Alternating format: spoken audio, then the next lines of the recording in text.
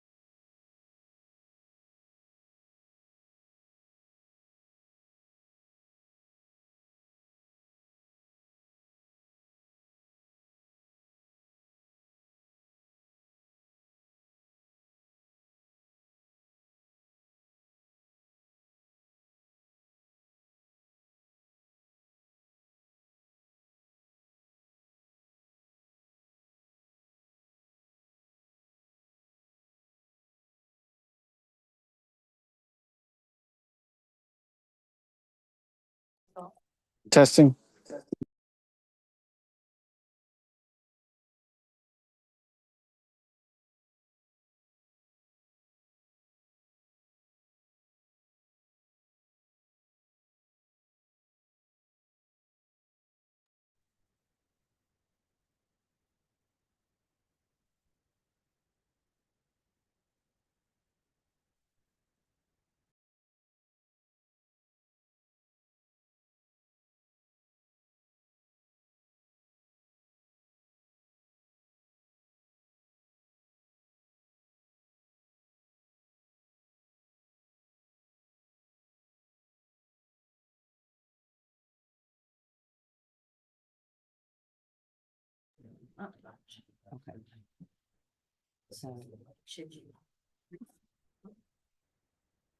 Oh, chat. Chat.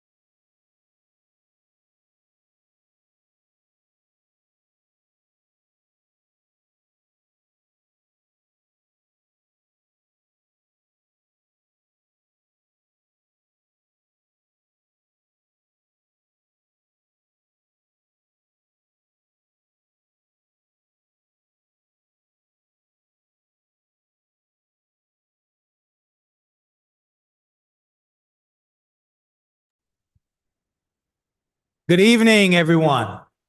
Good evening. What a wonderful day to have a meeting and to discuss the wonderful things that we have an opportunity to move forward with in this great, great city. Welcome to each and every one of you in person and all those that are joining us online.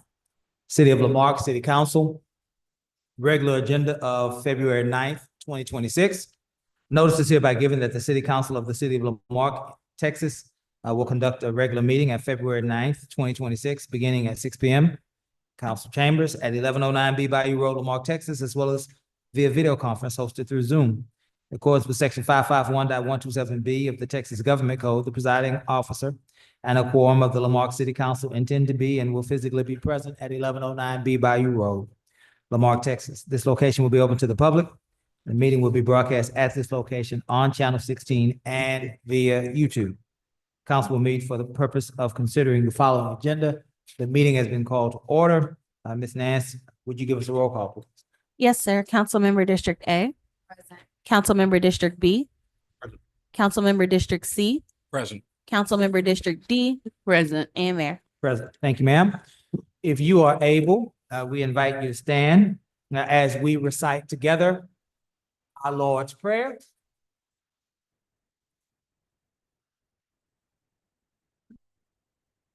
Bible declares where two or three are together and they touch and agree on anything, it shall be done.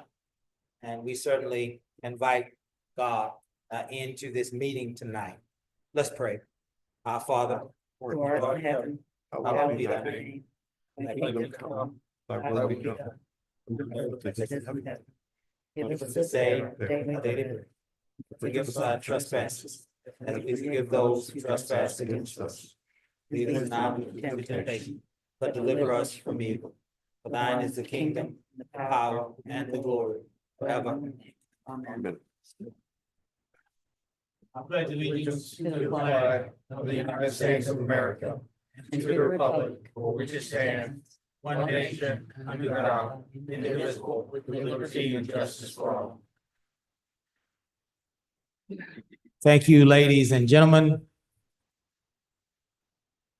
Wisdom teaches us that prayer can go places that our hands and our feet can. Let's move now to item 4, presentations.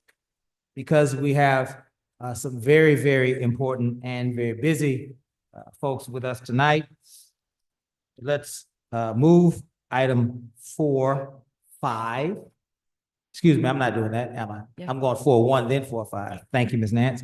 We'll start with 4.1 in presentations, and then we will move to item 4.5 so that we can get our fire department staff members available to serve our community. Item 4.1, Introduction Development Services Director. That would be a Mr. Joshua McConnell, who reports to a Mrs. Barbara Hopley. Actually reports to Chief, and he's going to do the introduction. Is that right? All right, Chief, look at you. Good evening, Mayor and Council. Good evening. It is my pleasure to introduce the final candidate that we have selected for our Development Services Director. This is Mr. Josh McConnell. Mr. McConnell comes from North Texas with over 16 years of experience in development services, as well as being a certified building official. He also holds multiple certifications in multi-trades, including electrical, mechanical, building inspections. This man holds just about every ICC certification that there is available. He comes highly recommended. His work issue is excellent. He communicates well. He understands the program we're moving to, and he has a lot of experience in improving workflow in development services and permitting. So we are excited to have Mr. Josh McConnell, and I'd like to give him the opportunity to say hello. Very good, Mr. McConnell. Good evening, Mayor and Council. It's good to be here. I'm excited to be here. I come from the Dallas area. My family's still in the Dallas area. We're looking to move down here soon, but I still have a high schooler. So he's going to finish up there while I'm here during the week, back there on the weekends. I've lived in Dallas, North Carolina, and Argentina. I'm fluent in Spanish, and I've followed construction all around the world. Development has just always appealed to me. I've always been curious about it.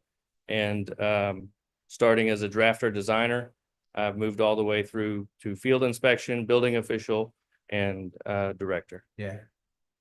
Very good. Very good. Welcome, Mr. McConnell. Let's give Mr. McConnell a round of applause.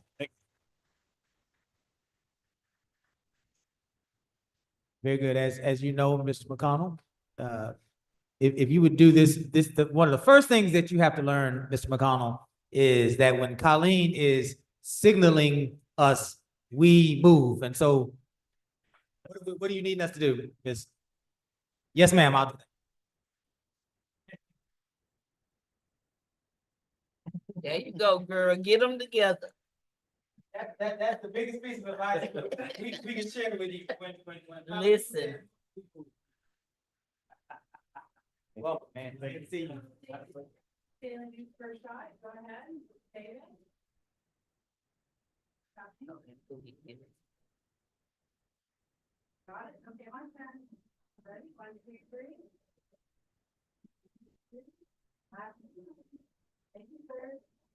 Very good. Thank you. Speech? Well, you already gave it, right? Yeah, I will answer questions if you have any questions. Listen, are you familiar with, municipal government? Yes, Oh, over we are. 16 years. So we are a council manager form of government. Mhm. They will probably possibly ask you questions, but this will probably be the extent of our exchange here. So we're gonna allow it because we're in an open setting. And from that point, it will be Holly, Merriman, you, we are somewhere way far off. Now, do you have any questions, anyone? What city are you coming from? Most recently, Duncanville, Texas. I was the building official for Duncanville. I know that. I used to have 3 offices there. In Duncanville. Mhm. Yeah. A big growing, rapidly growing city. It that is. area. City of Champions is the slogan Mhm. there. They got a lot of football and basketball people come from all Exactly. over to go to those schools to go to Exactly. play basketball and football. I think one of our biggest challenges historically is we're kind of the last to know on the development side. We kind of like to know more upfront what's down the road. And that would be helpful, I know, for many of us. Good to know. Thanks. Anyone else? No, I used to live in South Oak Cliff a long time Okay. ago. My parents lived there and have good friends in Duncanville. Janae Beal, who was the assistant superintendent there at Duncanville. So Okay. welcome to G County, baby. The place Thank you. where millionaires come to play and families come to stay. Very good, very good. Thank Anyone else? Ms. Holly? I'm sorry, Ms. Tanya, did I you? just said, well. Okay. Ms. Holly? What is the title that is it Developmental Services Director? Yes, sir. Is Mr. McConnell a building inspector, building official? He's a building official and he's also a licensed plumber. Plumbing inspector. Inspector, not plumber. Inspector. Were we able to fit all of these wonderful qualities into our budget? Oh, yes, sir. And we will save money with it.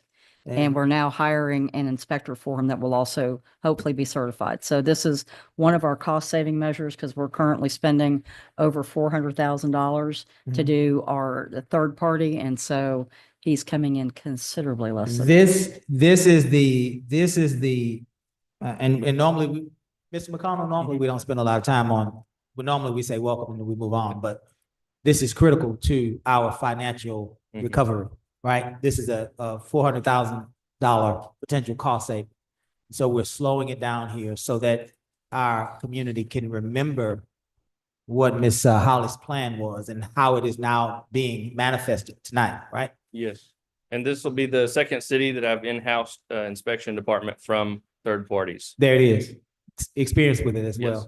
well. My pointed question was within his salary structure, were you able to fit everything that you needed to fit as far as this impressive person in front of us? Yes, sir. Okay, and so we are still on schedule, last point before we move on, to save, according to your projections, $400,000. This is the first step in that Yes, sir. Okay, just want to make sure. Let me be clear, the budget was 400,000. So bringing this in will probably save 200,000 because there'll be two positions. So when you talk about salaries and benefits, but yes, significant savings. Very good. Thank you for clearing that up. Again, gentlemen, it's always a pleasure, Mr. Merriman, to see you. Mr. McConnell, welcome. And we look forward to seeing you more in our community and making our community safer. Thank you. Thank you. Again, one more round of applause for Mr. McConnell. Awesome, awesome, awesome. Ms. Nance. Now can I bring my friends? I have to come back down. We're moving friends to item 4.5, item 4.5, which is a recognition of the Lamarque Fire Department, in particular, Mr. Gasper Gonzalez, who is a firefighter. Is that right? Or are you an engineer? Firefighter, as well as Captain Isaias Reyes. And we are going to ask those two gentlemen to come down. We're going to ask Chief Merriman to come and share with us this wonderful, wonderful experience that our officers were a part of. And then I'll make my way to join you. So, good evening again, Mayor and Council. As you saw in the packet, we received a compliment on these two gentlemen for their care of one of our citizens. Lives over in one of the older parts of town during the freeze. She had started her heater and it smelled like there was some smoke. So these two gentlemen were on shift that day. They went by there and spent a whole lot of extra time making sure that everything was okay. They noticed a few other things that needed to be taken care of to protect her home. So she called in to pay a compliment, and Miss Holly thought that it was worthy enough of being put up in front of you. And you'll have to forgive me and these guys here. Those compliments, they come in, but we consider that just part of the job because we take care of our citizens day in and day out. So to us, it's just another day at the office. But Miss Holly thought that it was worthy enough of bringing them in front of y'all. And I will tell you that these two guys here are some of the finest Lamarque has. I will brag on them, and I will brag on every member of the Lamarque Fire Department, because not only did they do it, they just happened to be the guys that were on that truck that day and they showed up. But anybody in our department would do the same thing. They just these guys, I'm thankful for them and their ability to do work every day. So thank you guys. Thank you.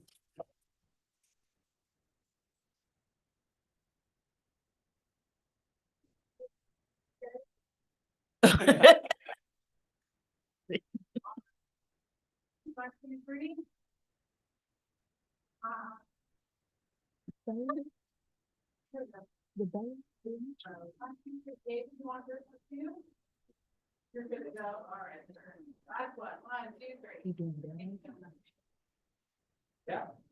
Beach, did you have something you want to say? Just want to say it's an honor to serve the community, serve the citizens of Marque. As a fire department, we see everybody as a family, brother, sister, grandma. You can always count on us to help y'all in any way. Basically what he said, thank y'all for y'all support and everything. Call us if y'all need any help. Emergency, non-emergency, we're there. Thank you. Good. Thank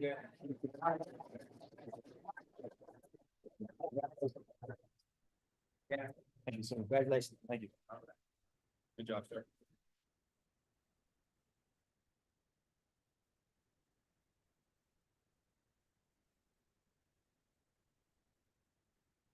All right, Ms. Nance, I think we are at fleet update. Is that right?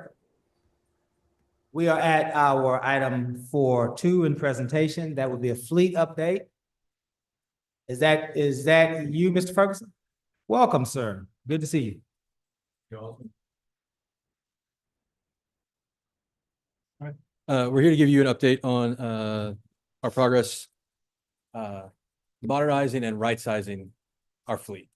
So the city has for many years carried an excessive number of vehicles. Examples of this would be every individual on a team in Public Works having their own vehicle instead of a single vehicle for the crew to go in and do the jobs. So as a part of that, we have met with every department that has a vehicle and reviewed those, determined the correct amount of vehicles, which led to a reduction.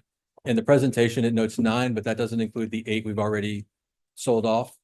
So 17 total reduction in fleet. And then we are also downsizing in the first round, 18 additional vehicles from large trucks to small trucks. Specifically the Ford XL Maverick Hybrid, which happens to be the cheapest vehicle available at Enterprise right now. So that's what we are going with. What is a Ford XL Maverick? Is that a truck? It is a very small truck, A very small truck? very small truck. Those little compact. Little compact trucks, yeah. Ford XL Maverick Hybrid. Maverick Hybrid. Yep. Smaller than mine. When you say hybrid, you mean it runs on The dual engine, yeah, both electric and gas. Okay. We didn't ask for a hybrid, although we're happy because that just saves us more money in fuel.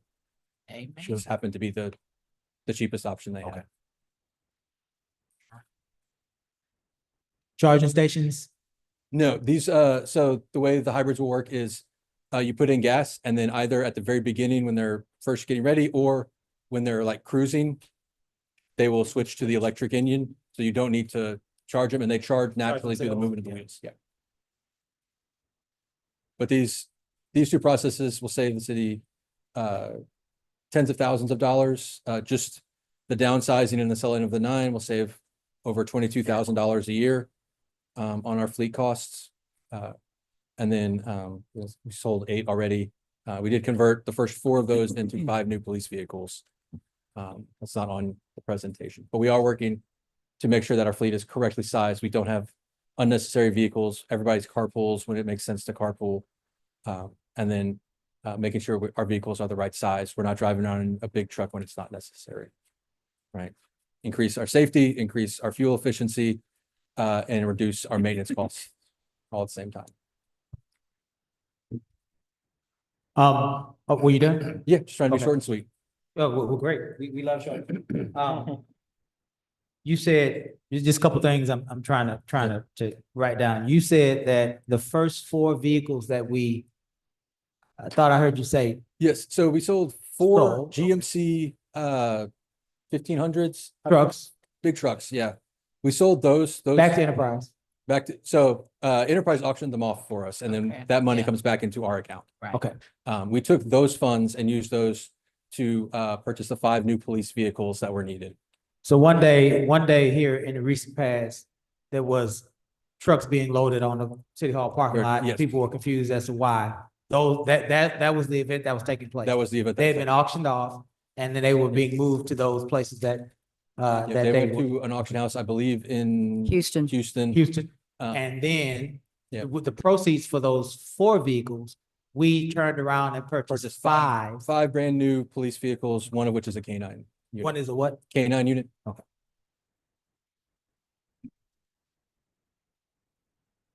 You Those- said, I'm sorry. Those 4 vehicles had significant value, which is why we chose them and were able to do that. So Because of they were trucks, they were larger, they're big they held their trucks. value Yeah, longer. they held their value longer. Yes.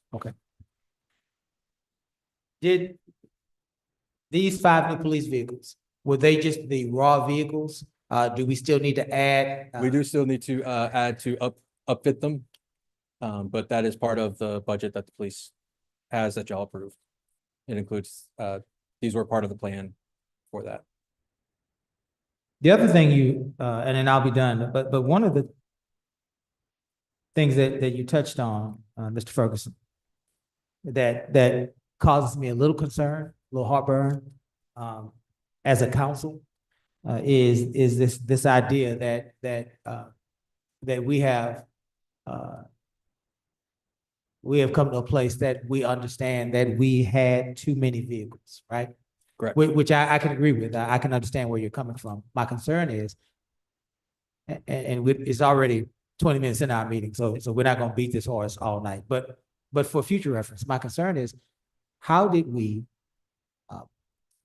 Ms. Holly, how does it happen where an administration or a series of administrations, however long this started, because I can remember these things starting to happen in the mid 2010s, maybe 14-ish, we started getting vehicles from Enterprise. How can we as a council, how can future councils ensure that we have an adequate sized fleet for our city size, our the services we provide, the staffing levels that we have, right? How do we do that?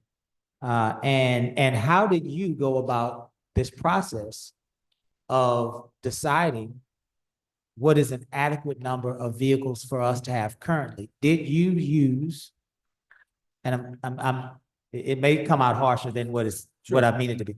Did you use the same staff in this exercise in reduction that was used in the growth of our fleet?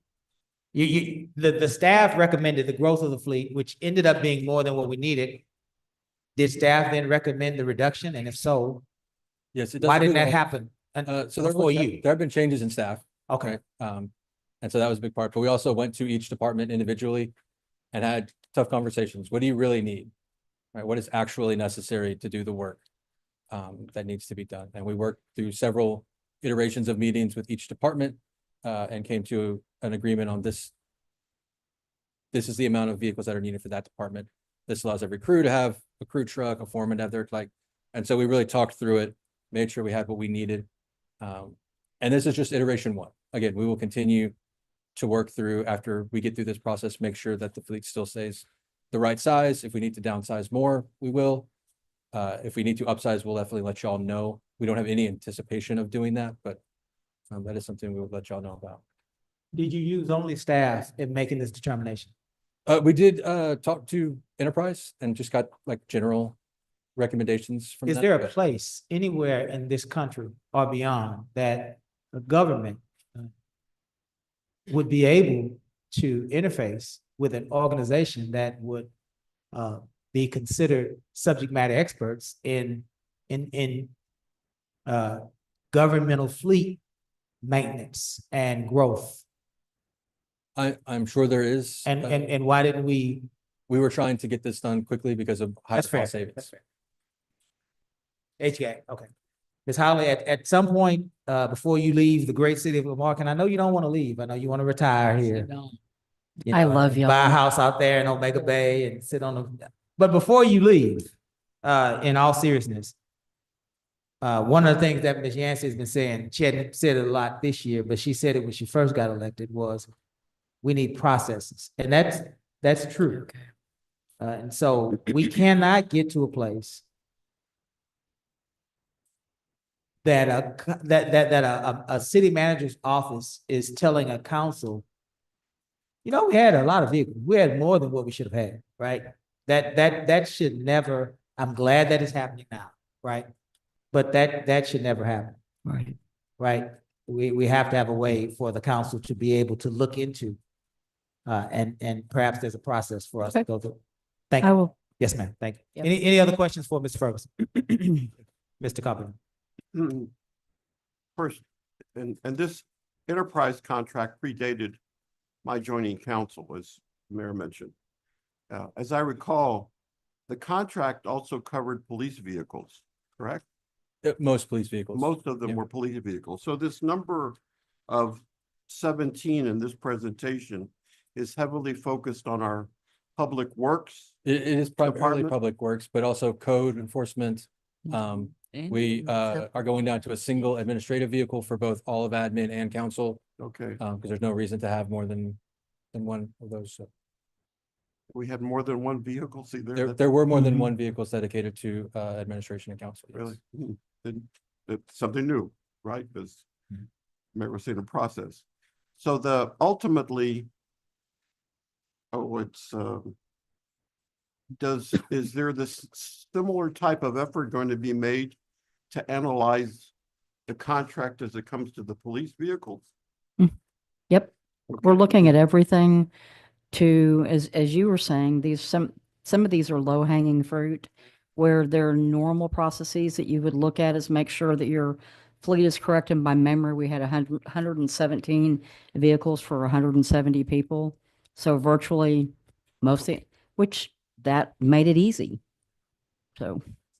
The other thing that I noticed in this presentation, asking if this part of the presentation or your information here now includes a maintenance cost agreement, which I've talked about in the past, which I'm glad to see. Also, when we get the new vehicle The through new enterprise, that vehicle is covered. None of our current vehicles None are of new the enough current- to have a that's- maintenance contract. that- So we are paying maintenance entirely out of house. Is That's there a part of- possibility of going and purchasing a maintenance agreement? Just look at it. We'll look at I it. think Hitchcock, Okay. they were talking about something like that too. It's hard because a lot of our vehicles that we're not replacing are older, and so they would typically happen when we replace them. And the other item that I noticed in here that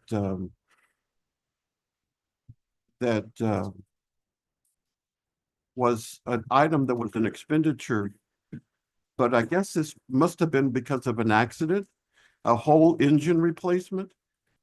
Yes, there are vehicles that it could have been Public Works, blew an engine trying to pull something Okay. really heavy. I don't know that specific when I have to go find details, but And if you could share with us all, because this is a question that many of us on council get a call on, people seeing our vehicles perhaps in other cities, Texas City or something like that, the policy with regard to take home of the vehicle if you're on call, right? so yes, so if you are on call, meaning that at any point after the shift ends and before the next shift begins, an emergency happens, you respond. You are allowed to take that vehicle home because we want you to be able to respond to that emergency. It works a little bit different with police and fire because a lot of them are permanently on call, and we allow our residents, police vehicles to go home as a way to have vehicles out in the city. So there's slightly different rules depending on what it is that's there, but yes. Okay, That- very good. Thank you. Anyone else? Very good, Mr. Ferguson, you and Ms. Holly brought your boots. And we have recognized that for months now. This is not an easy task, and so we appreciate every bit of information we glean from you. And we get a greater understanding of who we are financially and how we ought to move forward. So thank you for that. Appreciate it. Thank you, Ms. Holly. You're welcome. Very good, ladies and gentlemen. Let's move now to item 4.4. Item 4.3, Habitat was unable to make it tonight. We definitely understand. We will visit with them in the very near future. Item 4.4, presentation, Public Works status. There's Mr. Bro. Public Works status update. What's up, Shannon? Good to see you again, buddy. So I'm here to do a public work status update, kind of where we're at right now. I do have a lot of information to get through, and I'm going to try to make this as short as possible because I know y'all's time is of essence tonight. We got a lot on the agenda. So if I'm talking too quickly, please slow me down. If you miss something, you need me to repeat it, let me know. And then also I ask, since I'm trying to get through this, that we save, of course, all the questions toward the end. That way, but if we could go to I do have a slideshow presentation. If y'all would like I wasn't able to get this on the agenda in time. So if y'all would like a copy of this, I do have, we'll give it to Miss Holly and y'all would be able to obtain that from her. Okay. But if we could go ahead and start on the first slide, we're going to start with the Coca-Cola grant update.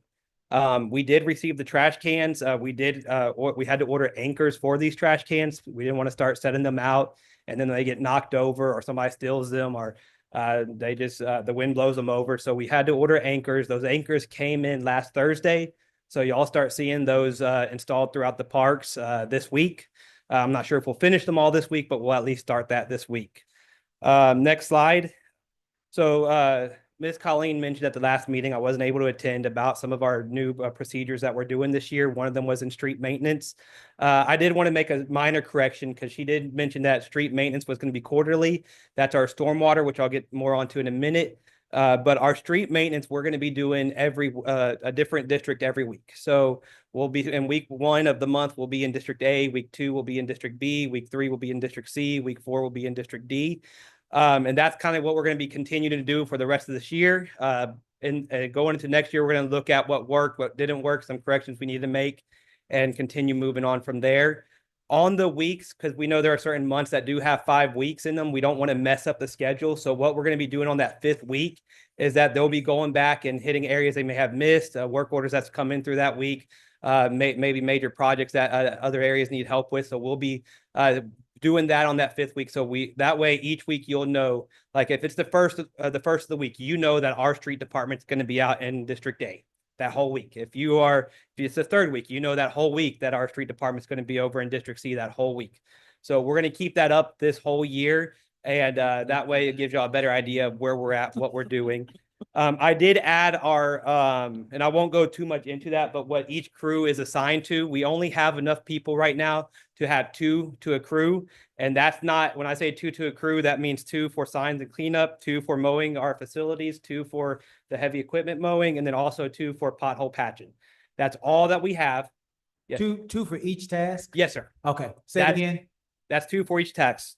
We have a total of 9 people in our street department, Okay. which includes the foreman. So each one, there's 4 tasks that we have them assigned to that we're able to do right now. And then if they're, for instance, let's say they're done mowing, they'll go help with some bulk cleanup or some trash pickup that's going on at that time. If we could go to the next slide. I do know I've been trying to stay off of Facebook just for my own sanity, but I do know there's kind of been a lot of worry, people worried and all that about signposts. And so I actually went out there myself. I finally found time. It's been a real busy, hectic past year, and I apologize. But I did find out that it wasn't just that they were being installed improperly. It was a lot more than that. It was incorrect posts that were being installed. So I corrected that immediately. We went and started purchasing the correct poles. In any area where a car can potentially hit that sign, they have to be breakaway posts. So we ordered the correct post. We started installing them. You'll start seeing them throughout, and I'll have a picture of what that will look like when you start seeing them.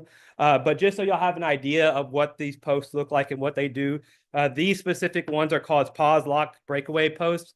They are designed that if a car hits them, they're going to snap immediately to prevent any further damage to the vehicle or to the person there.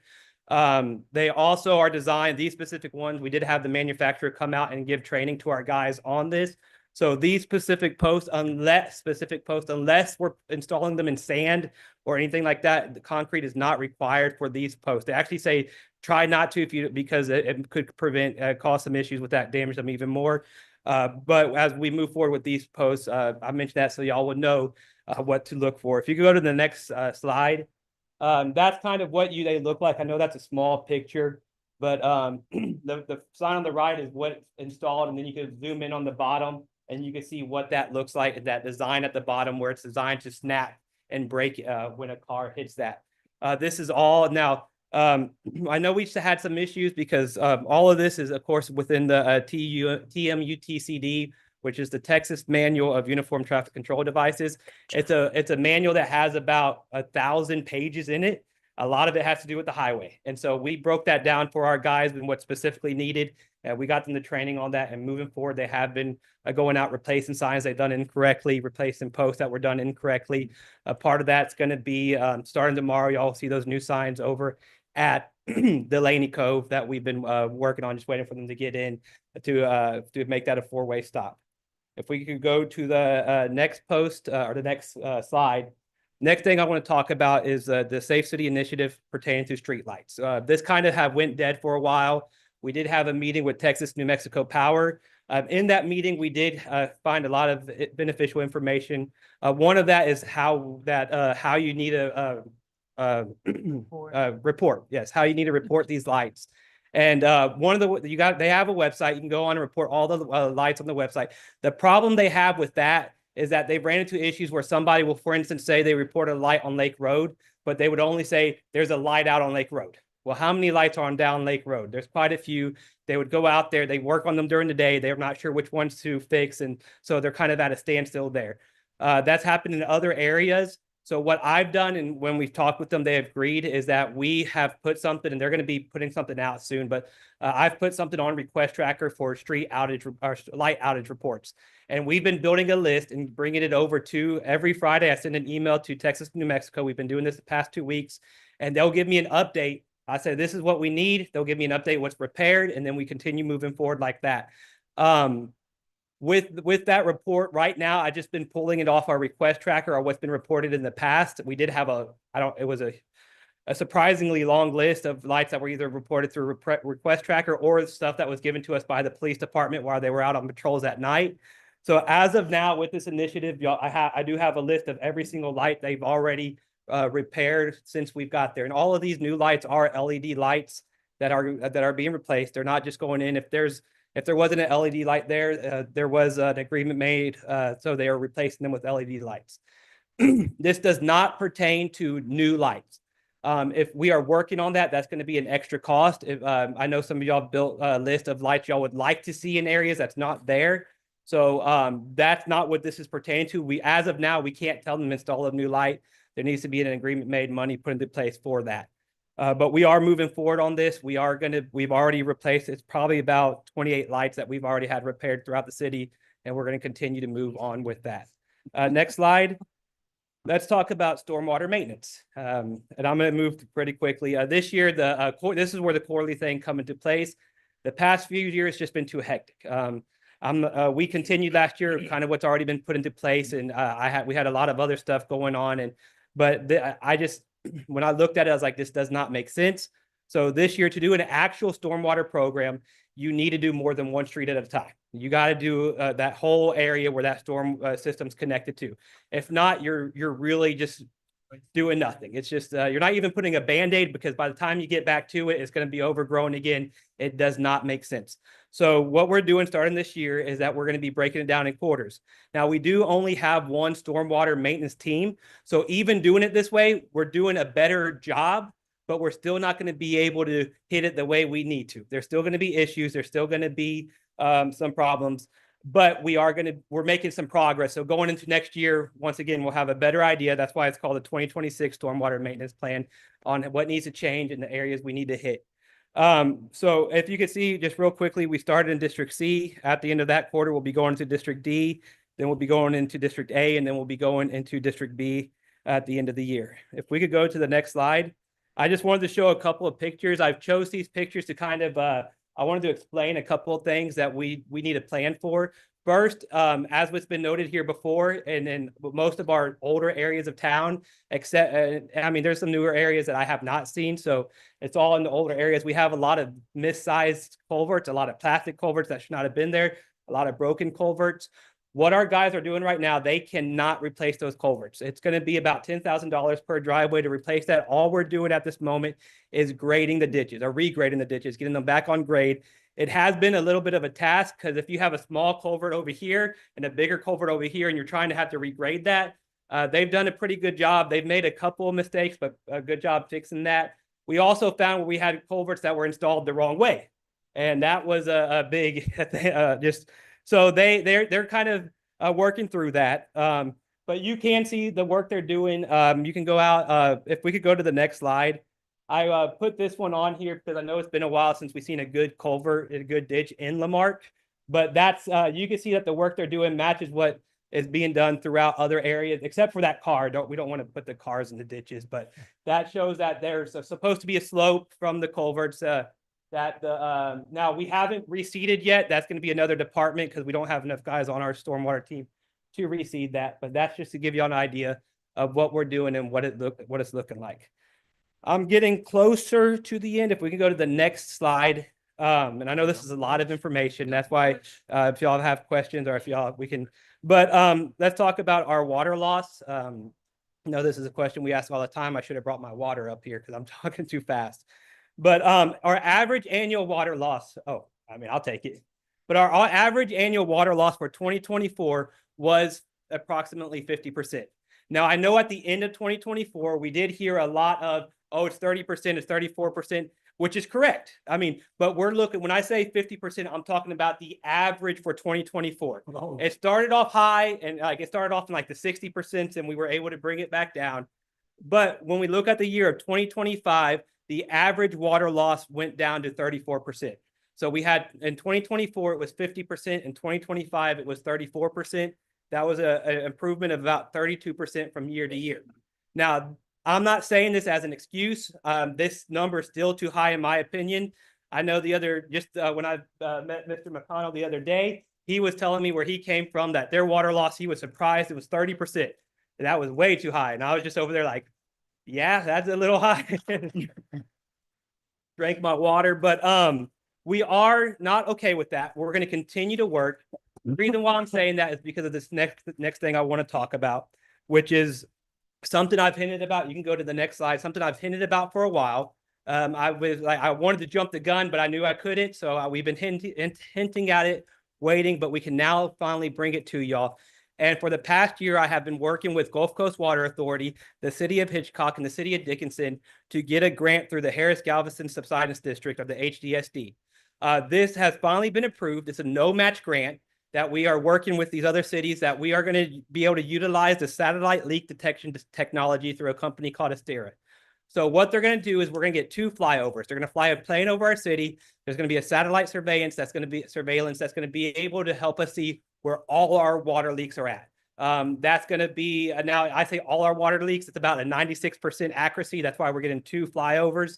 That's going to be able to help. We're going to be able to see water leaks that are in the hard to find places like stormwater drains, back of fields, maybe water leaks that are going underground and not coming up. Some of that does happen. Water will always travel to the path of least existence. And if there's a hole in the ground, it's going to go straight under. So it will help us be able to find all those leaks. And a part of this grant is as we're finding them, our crews are going to be out there fixing them. Now, some next steps for this project is that on February 12th, we're going to have a project kickoff. Myself, other directors in those other cities, our foremans are going to have a team meeting, a meeting on Teams to get this project going.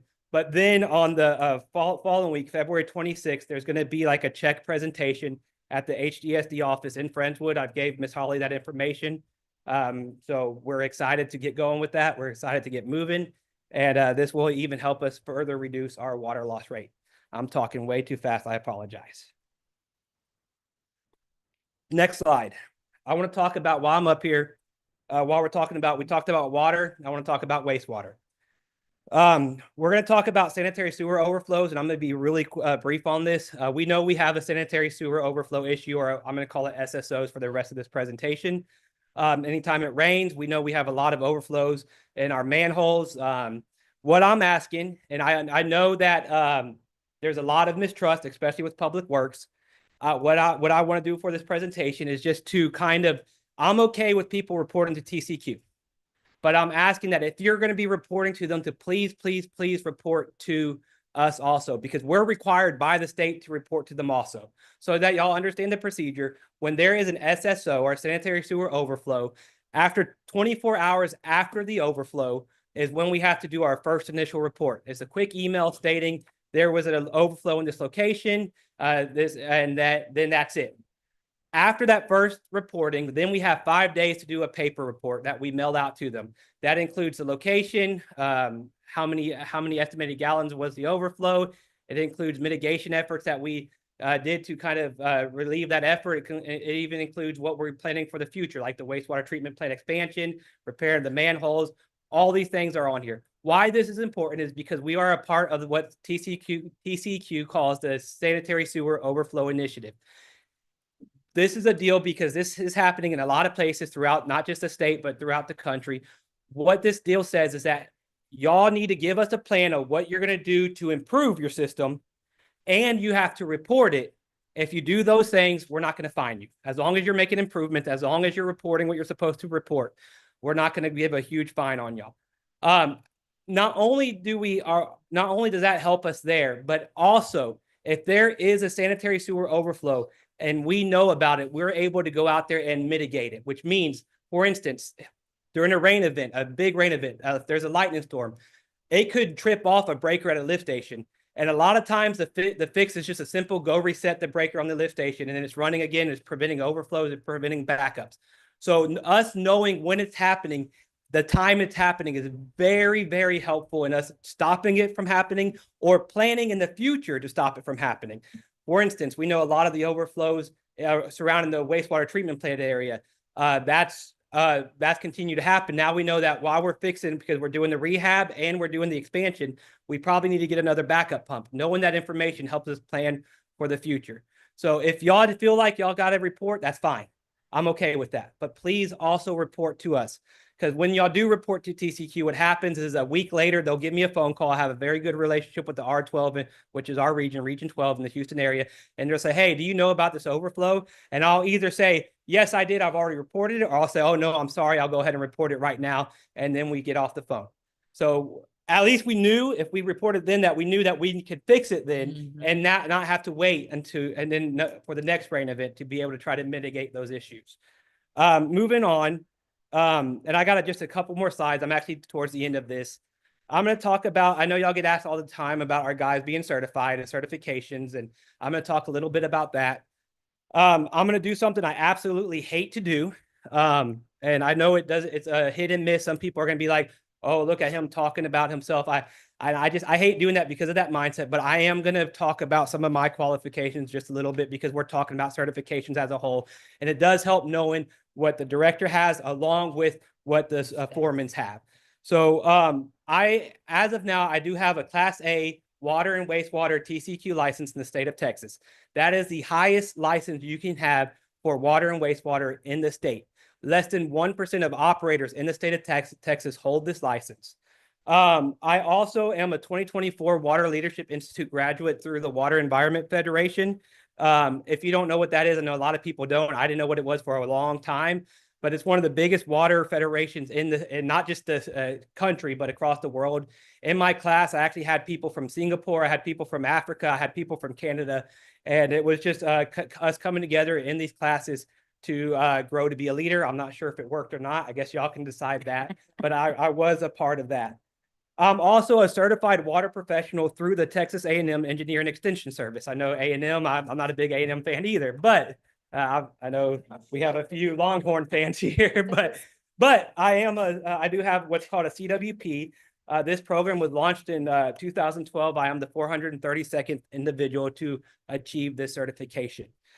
This one's not that big of a deal. It doesn't have a fancy number connected to it, but I'm also a qualified industrial stormwater inspector through the American Stormwater Institute. And then my last certification that I currently have right now is I'm a certified public works professional management in management through the American Public Works Association. I told you I wasn't going to be I hate bragging, but this one I'm a little proud of. It took me a while to get, but I'm one in 20 people in the state of Texas to hold this certification. And that's in all of public works. It was a lot of work. It was just, so that's something I'm a little proud of when it comes to that. It's just a certification at the end of the day. I mean, I've seen a lot of stupid people have high certifications. So but let's get to what actually matters, which is the people that we have in the other departments. When it comes to our operations, we do have Martin Sasato, who's a dual Class B license operator in the state of Texas.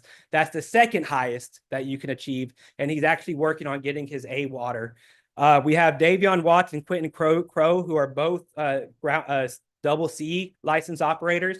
We have Khalil Gaines, who's a double D, and Jonathan Mosley, who's also a D license operator, and he currently holds his Class B CDL with tanker and hazmat endorsements. The reason why I wanted to bring this up, if I've had conversations with people from other cities and with people here, these are very hard certifications to achieve, and a lot of cities are struggling to get them. These are all people that have been grown in-house. I'm not going to take all the credit for it. There's other people that's been here. I just helped lead that there, but we are very blessed to have the type of operators we have. And these are the guys that are out there working at our wastewater plant, our water facilities, and checking our lift stations. We also have three guys, Oscar Del Bosque-Las, Kenneth Henderson, and Caleb Allen, who currently have their CDL permits. They're currently working on getting their CDL, and we hope to see that soon. Next slide. I won't go through all of this information. Y'all can see it on the PowerPoint slide if you want, but these are kind of future plans. The two things I do want to point out is that our stormwater foreman, we are planning on working on him getting his certified stormwater manager certification through the American Public Works Association. And we are planning on getting our street maintenance foreman a certified public works professional supervision certification through the American Public Works Association. So there are plans in place. Now, this is all as time and money allows. So I'm hoping to come next year and say, okay, these are things we've accomplished and we've been able to get these guys what they need. But we do have a plan in place and we are moving forward on not just getting them trained, but also getting them certified in those areas that they are working in. I have one more slide and then I'm done. I know that was a lot of information. I apologize. I haven't been up here in a while. I had to miss the last meeting, so I had to get it all out at one time. But I wanted to give everybody kind of an idea of where we are at in public works when it comes to our workforce experience and kind of the age that we are in public works. Our average right now, as of this moment, our average tenure in public works for our staff is 5 years. If you remove the top 4 longest tenured employees, that drops down to 3 years. So average 5, remove the top 4, it's now down to 3 years. Our average tenure of our foreman is 6 years. And if one of our foremen is at 11 years, you remove that 6 drops down to about a 4.5 years of experience. Let's look at each division as a whole. Our water utility repair crew, average tenure is only 3 years. Everybody there has an average age of 3 years in our water utility repair crew. Our wastewater collection crew is 4 years. Our wastewater operations crew is 6 years. Our stormwater maintenance crew is only 2 years. Our street maintenance crew is 6 years. But if you just take off the one highest tenured employee here, which is 32 years, that 6 years drops down to 3 years in our street maintenance crew. Our parks department's at 6 years. Our shop's at 5 years. Our facility maintenance is at 1 year. I said all this to say this. I know, especially as a sports fan, I hate hearing the word rebuild. I'm a Texans fan. My team's been rebuilding we haven't even won anything yet. We keep losing. I'm a little heartbroken about, especially this year. But anyway, we'll get past that. But I'm probably gonna get in trouble for this analogy. I've been in this situation, so it's okay for me to say, and that's probably too much information for y'all anyway. But we were the abused, neglected child that finally has freedom, and now they're growing.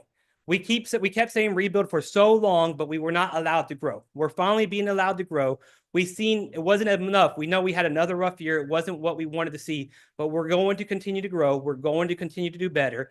We're seeing it not just and I know this is just words to y'all, but it's being seen in statistics. It's being seen out in the streets. It's being seen in the numbers that we are reporting and presenting. So there is hope. There is a path forward, and we hope to get there, not just for, this public service, I tell my guys all the time, public works is public servitude, and we're here to serve the public. So that's all I have. If y'all have any questions, I know that was a lot, and I do apologize. Okay, Mr. Bro.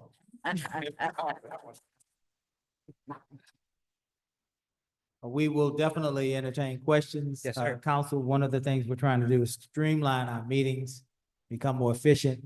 And in that, our agenda allows for presentations, which are not necessarily in our agenda packets.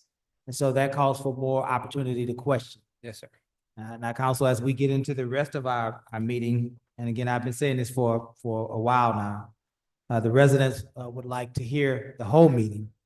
So when we get into old business, new business, these things were already in our packets, and we had a whole week to read, take a test, a pre-test, a quiz, a pop quiz. Amen. Go to the counselor, go to the principal. There you go. And so that part of it should move faster, but we slow down a little bit so that we can visit with you. Council, do we have any questions for Mr. Bro? Sure. Is that? Yes, sir. Ms. Lara? For the stormwater, you said you had one team. How many people are on that team? 5, Five. including the foreman. So 4, and then our foreman. And then one of the issues you guys were having was, you had one dump truck. And so you could only haul one load, wait Yes, sir. 45 minutes. You guys still have that issue, or do you guys get the dump truck? We still had that issue. We had bought one. We're looking to buy a few more. We're looking to get dump trailers instead of trucks, so we can get multiple for a lot cheaper cost, and that way they can keep moving, going forward, and not have to stop and wait for one truck to go. So that is our solution there. Yes, sir. When are the flyovers gonna be for the water loss? And you said 92% accuracy? It's about 97, 97. 97, 98. That, we'll have a better idea after the meeting on the 12th. So I do plan on either putting it as a presentation or putting it in the city manager's report when we have exact timeline. So we do have our first, it just got approved recently. So we have our first meeting with Gulf Coast Water Authority and with Astera and with the subsidence district to plan that out. And then on the water loss, I was hammering really hard a couple months ago, July, August stuff, and you guys fixed some major repairs in, I think it was August, September. Those leaks were going on. Is there any way we could get a loss rating for like June, July, August, September to see how much water we saved from, I think it was what, 4 or 5 leaks you guys? Yes, fixed? sir. I can. Is that something we could do, Barbara? Yeah. And then there is a area of concern where there's sewer overflowing. And if you want to get with me tomorrow or something, if you have my number. Okay. It's a contractor that his family lives here and it's Yes, sir. been a consistent. So we'll give you the opportunity to Okay. get in front of it. Yes, sir. Thank you. Yeah. Yes, sir. Anyone else? Thanks. So Mayor Pro Tem. was that sewer the one that photo that you sent? No, it was, he took care of it. Thank you. Okay. Yes, sir. First of all, followed up and thank you. The street maintenance, does that include the use of that new pothole repair trailer? We are working on getting that online. There's It a, hasn't been used. no, sir. We are looking at this next fiscal year. Okay, So, the next fiscal year. yes, sir. Because there's going to be some funds. We need to get some emulation tank, the rock. Emulsion. That's what, yes. Emulsion That tank. too. My bad. You need all of that too. All of it. Emulation them. Get all that. They just purchased the piece of equipment without the extras that we're going to need. Okay. So The you mentioned that reports on overflows.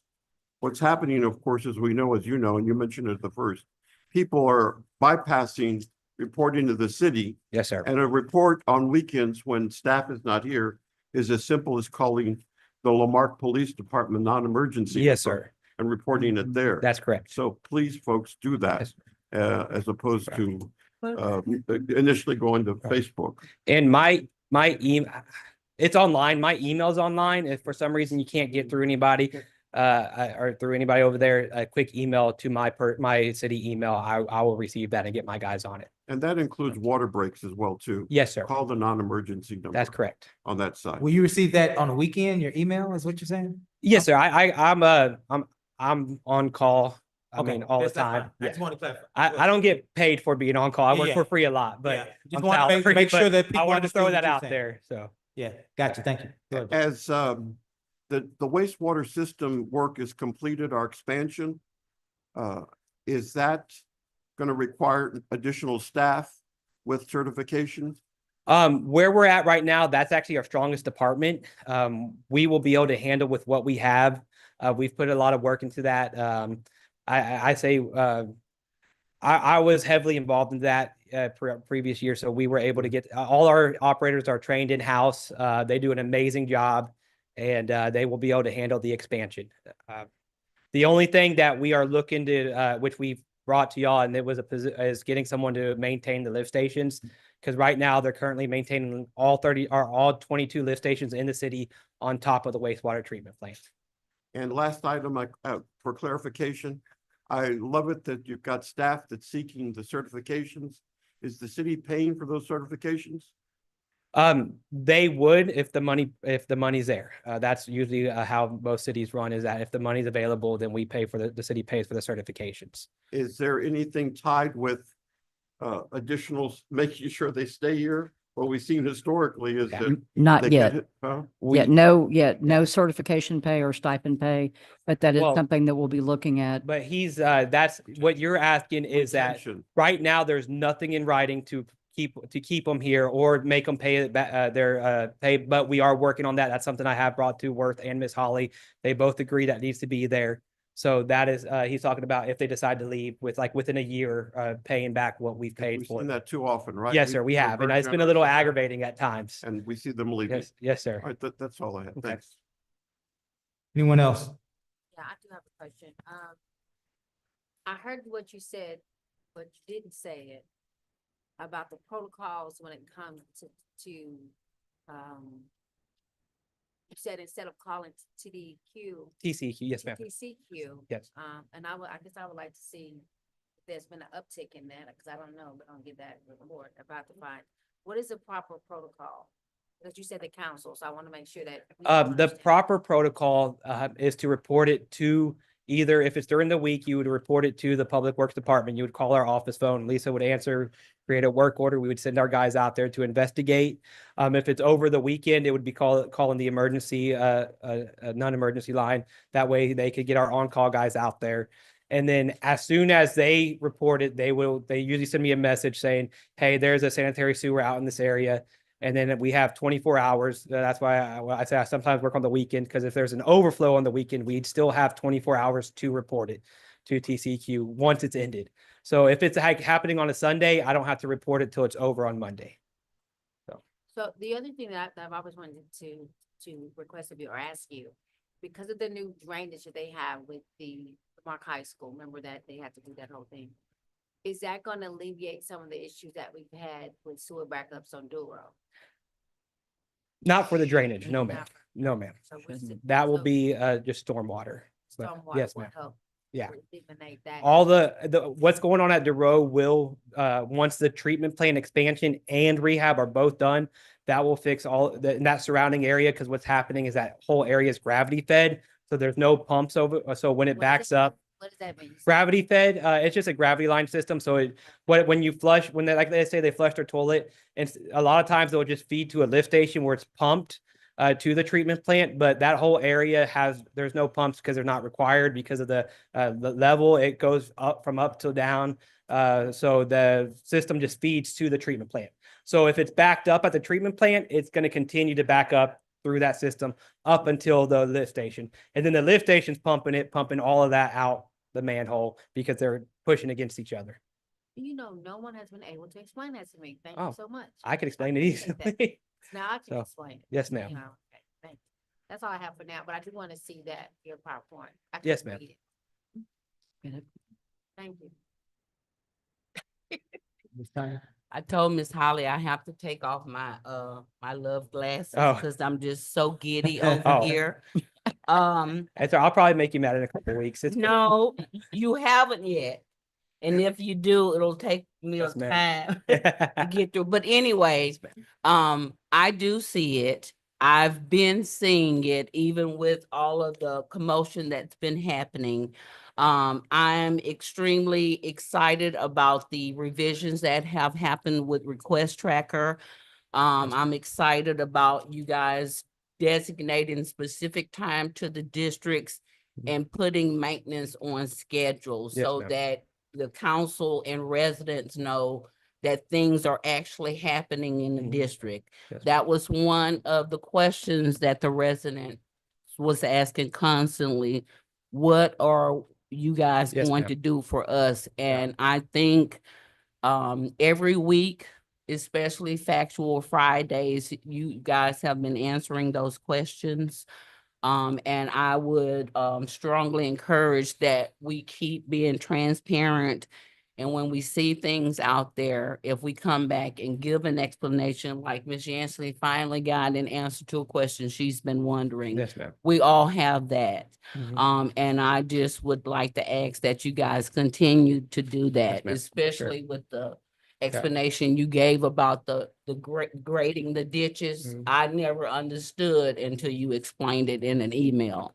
And I think that would benefit a lot of residents to hear that explanation as well. So I appreciate you guys.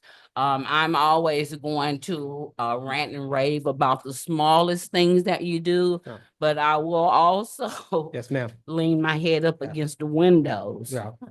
And I would expect, I mean, I'm Okay. I'm not above reproach. I'm willing to, I can take the beating. So. All right. Well, yes. we appreciate you guys Yeah. and thank you. That's all I have. Did you just say you could take the beating? Yes. That was probably the wrong way of saying it. Yes, sir. We don't ever endeavor to beat our employees. Mr. Grove? What? Anyway, I'm teasing. I'm having fun with it, sir. I have 5 questions and I Okay. really don't necessarily want to engage Okay. I want to try to get them answered. Yes, sir. Ms. Holly, would you keep an ear open because a lot Yes, of sir. this lays at your feet.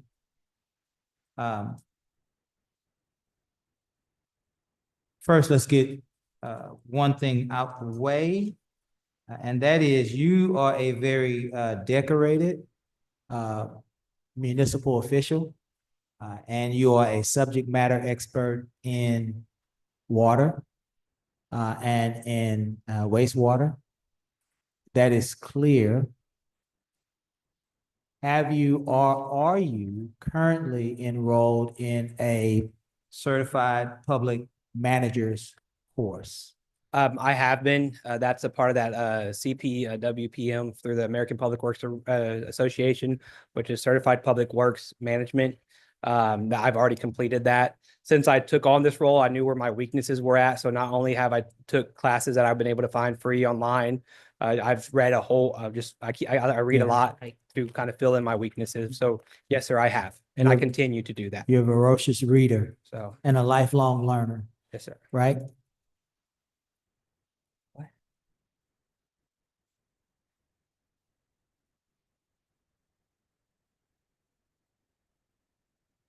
Oh, yes, sir. I'm also in the, this is starting in March, but I am going to be in the certified public manager class through the University of Houston. I always forget about that. It's just something, I mean, it's going to be a lot of fun, a great honor to be able to participate in that. It was a Yes, sir. softball, Shane. I know. I had to get help. So, but I am in the certified public manager class. Yes, sir. I was trying to get you to say that. Yes, sir. But thanks, Kiera, for saying that Yes. for me. I'm really bad about talking about It's myself. okay. It's okay. It's okay. But it's a lot of people are rooting for you. And I think we need to get to know you a little better, Yes, sir. right? And so that's something that I'm excited for you about, is to be part of that program. Have you attended, have you graduated from, are you planning on being a part of leadership mainly? Yes, sir. I do plan on doing that. I didn't do it this year because I'm in the CPM class, and I did let that give that to another one of our operators, allowed him to go through that this year. But I do myself plan on doing that when I have maybe this next year. How long have you been Public Works Director? I have been officially Public Works Director 10 months, Okay. about, give or take, maybe a little less than that. So, not tonight, but Yes, the sir. next time that I would see Mr. Bro, Ms. Holly, I would like for Mr. Bro, if you would direct him to share with us the 4 Public Works Director mentors that he talks to on a regular basis. Yes, sir. Let's move on. Okay. I guess we'll go 5, 4, 3, 2, 1. 4. You said that there would be 2 flyovers, Yes, sir. that leaks would be detected.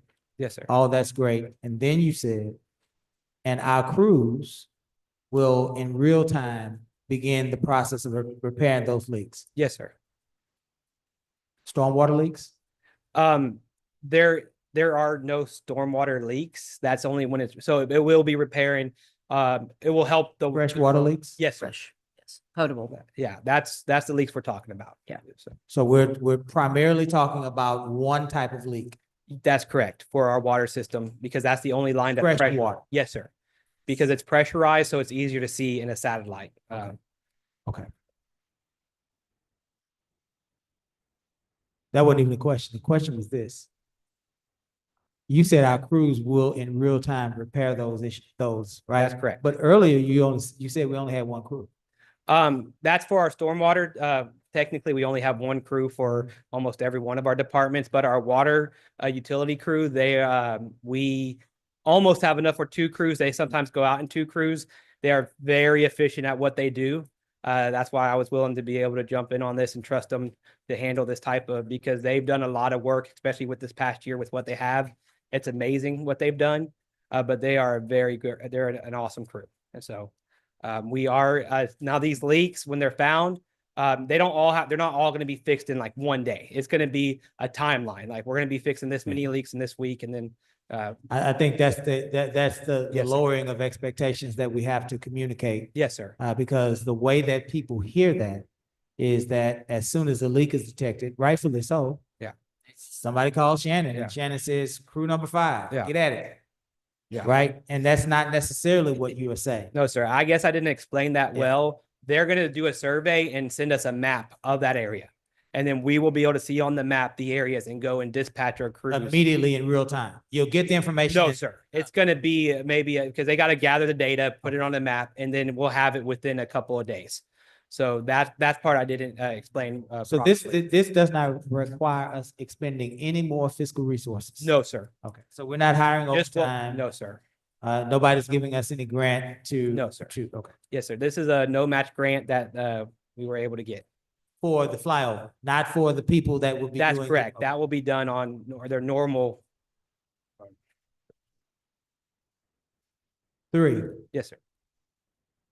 why do we have plastic culverts that are installed wrong, culverts that are the wrong size? When did all of this happen? And perhaps this might be a better question for Ms. Holly in her experience. How do we're seeing a theme, Ms. Holly, and I don't want to, we could talk about it in future meetings, but the theme is that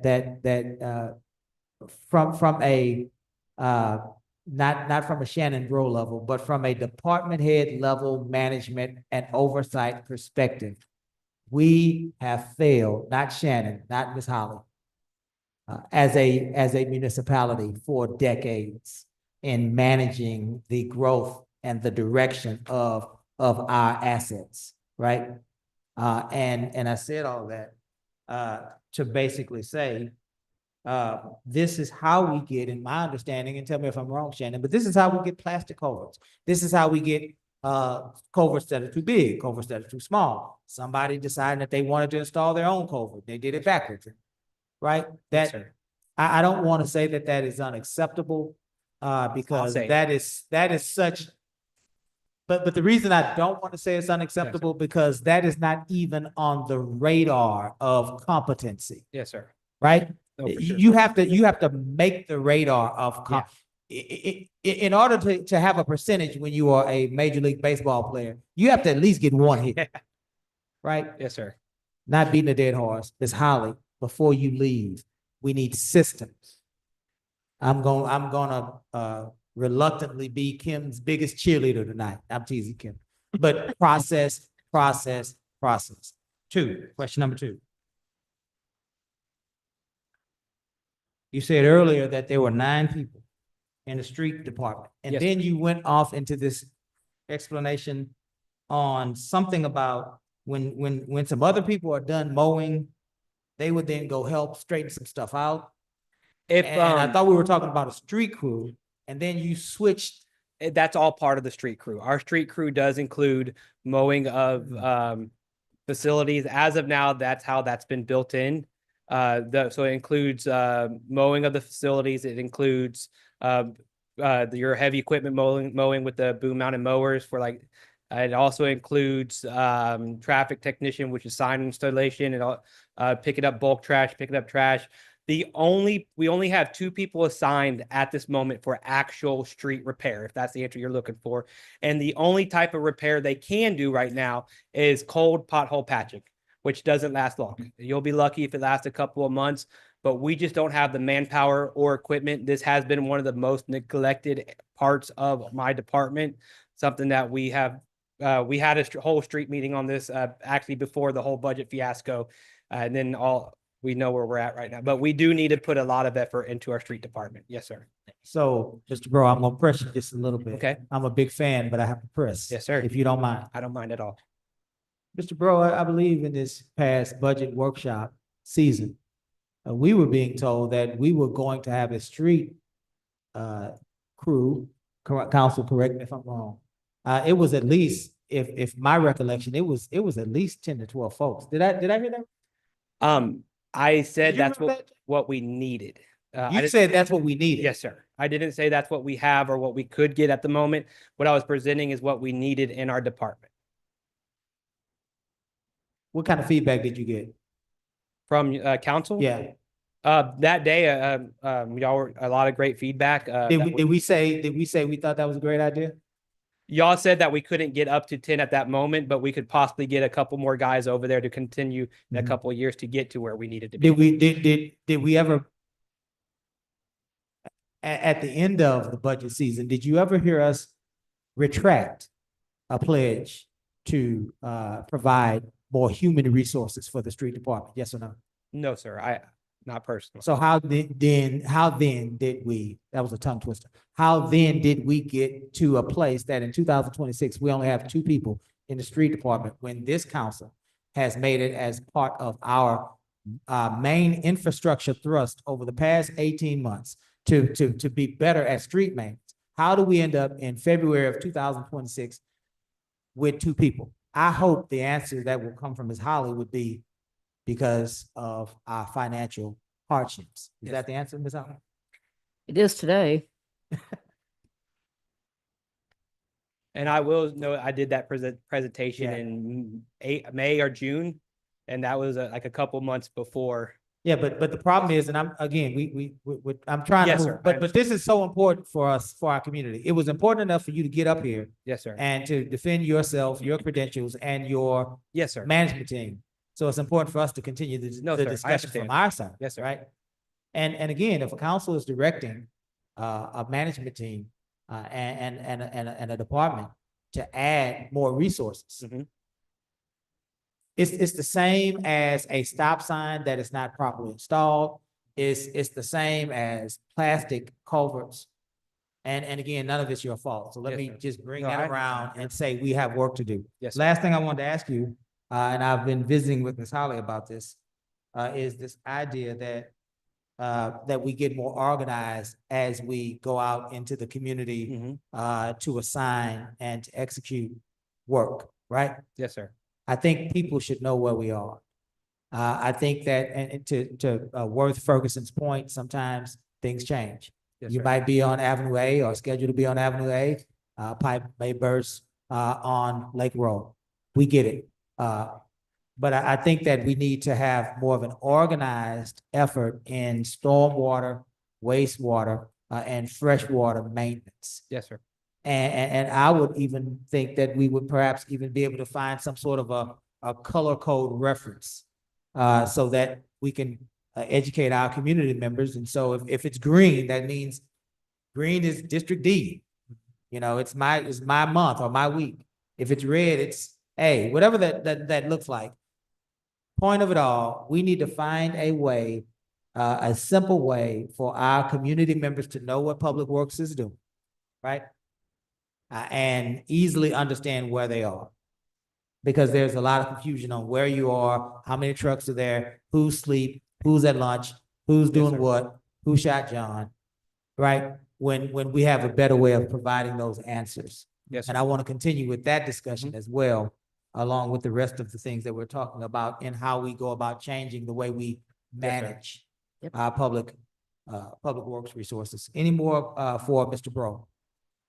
You're on a hot seat there, Shannon. Mayor, Yes, so sir. just follow up on your comment there.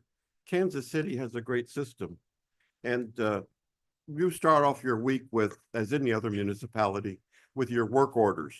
Yes, sir. You organize your week and you Mhm. come in. Well, Kansas City has been going ahead and posting just on a map. They don't even list it, but it is anticipated the work will be done at this Yeah. dot. Yeah. And it's something very simple, maybe something. I think it's simple really that- easy. And I think you can always, to Ms. Hollis' point, and I think Worth's point, we were having this discussion one day. You can always make an amendment.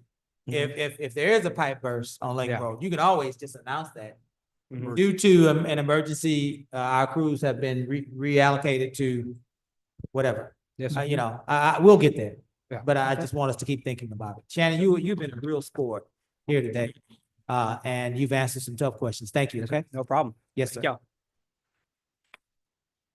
Council, we have gotten through 2 extensive updates, very needed updates. Let's move now at a little faster pace as we move to citizens' participation. We don't endeavor to limit that, 3 minutes per person. But after that, council, if we can work efficiently, the community will appreciate it. 5, citizens participation, limited to 3 minutes per person. Comments from the public will be heard at this time. Any person with city-related business who signed up may speak to council. It'll be limited to 3 minutes. Wishing to speak, give the mayor your name, the mayor, the presiding officer, your full legal name, the address, and the item you wish to speak about. Compliance with Texas Open Meetings Act, the city may not deliberate on comments. Personal attacks will not be allowed. And personnel matters should be addressed to the city manager during normal business hours. Press *6 to unmute or mute yourself if you're visiting via phone. If you're visiting via a smartphone, tablet, or computer on the Zoom platform, you may press the microphone icon in the lower portion of your screen. If you're attending with us in person, there is a podium and a microphone at the center aisle. There is a timer on the screen. Perhaps if you cannot see that timer out of your, what do you call your side view? Your peripheral vision, Ms. Nance will be waving at you at about 30 seconds. This is America. This is the land of the First Amendment. And so we encourage and allow free speech. We request, however, that we speak to one another, if at all possible, with kindness and respect. I have learned through the years that we hear each other better if we do so respectfully and kindly. Are there any persons online wishing to speak? We have 2 persons. Yes, I'm here, Mr. Mayor. Harvey. Yes. Welcome, Mr. Harvey. Welcome. Name and address for the record, please. Robert Harvey. I live in Joseph Lowry's Head, rent-free. I'm really looking forward to the day that I don't have to give a public comment in the city of Lamarque anymore. But as long as Councilman Lowry keeps showing his ass and violating his oath, I'm going to continue to give a public comment at every meeting. Councilman Lowry finally, I apologize, my air conditioner kicked on. He finally admitted to the felonies that the public already exposed in his past, including cooking meth, harassment, telephone harassment, proving he lied on government documents to become a councilman. The only reason he admitted it is because he saw how viral Jelly Roll's redemption acceptance speech at the Grammys went, and he copied it. Councilman Lowry is still stalking and committing crimes, and he's proud of it. He posts pictures of himself following me around like it's something to be proud of. There are over 100 comments on that post. The majority of those people are telling him that he is a stalker and a terrible person. Councilman Lowry making posts on Facebook soliciting trespasses against me from local businesses and property owners. And he is getting obliterated by the public on that post as well. He is accusing me of committing crimes, filing false police reports, indecent exposure, sex crimes, interfering with police, and much more, none of which are true. If any of it were true, I would have been arrested by now. Instead, this is propaganda meant to intimidate people and pressure these businesses into trespassing me. This guy has lied so much. He said someone stole a vehicle and drove it into my RV, that I walked into a parked fire truck when Chief Roy hit me with his truck. He said that I try to slip in grocery stores and try to sue stores. I've never done that. He said I put roaches in my food to try to get my meals for free. It's never happened. He said that I assaulted a police officer when in fact I caught a man impersonating an ICE agent and he was unlawfully detaining people. Councilman Lowry and his friends have no credibility left, and everyone knows this except for his 300 followers that he didn't buy from India. They're all liars as well who spread the propaganda because they're all terrible people. Councilman Lowry pisses on his oath to the Constitution.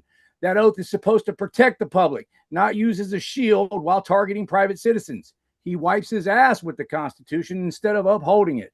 He also lies about citizens. Councilman Lowry was elected to serve the public, not stalk people, not intimidate businesses, and not bully someone into silence because he doesn't like his lies being exposed and he doesn't like me recording public servants. Until all this stops, I will continue to speak publicly at these meetings. Thank you, Mayor. Thank you, Mr. Harvey. I like your gas station parking lot. Mr. Lowry, just let it go. Let it go. It'll be all right. Let it go. Who else is online? I'm Mrs. here. Haley Winkleman. Welcome, Ms. Haley. Haley. Name and address for the record. Haley Winkleman won't be giving my address today. I did want to give a shout out to Public Works. Thank you so much for starting the drainage project in District C. We do appreciate it.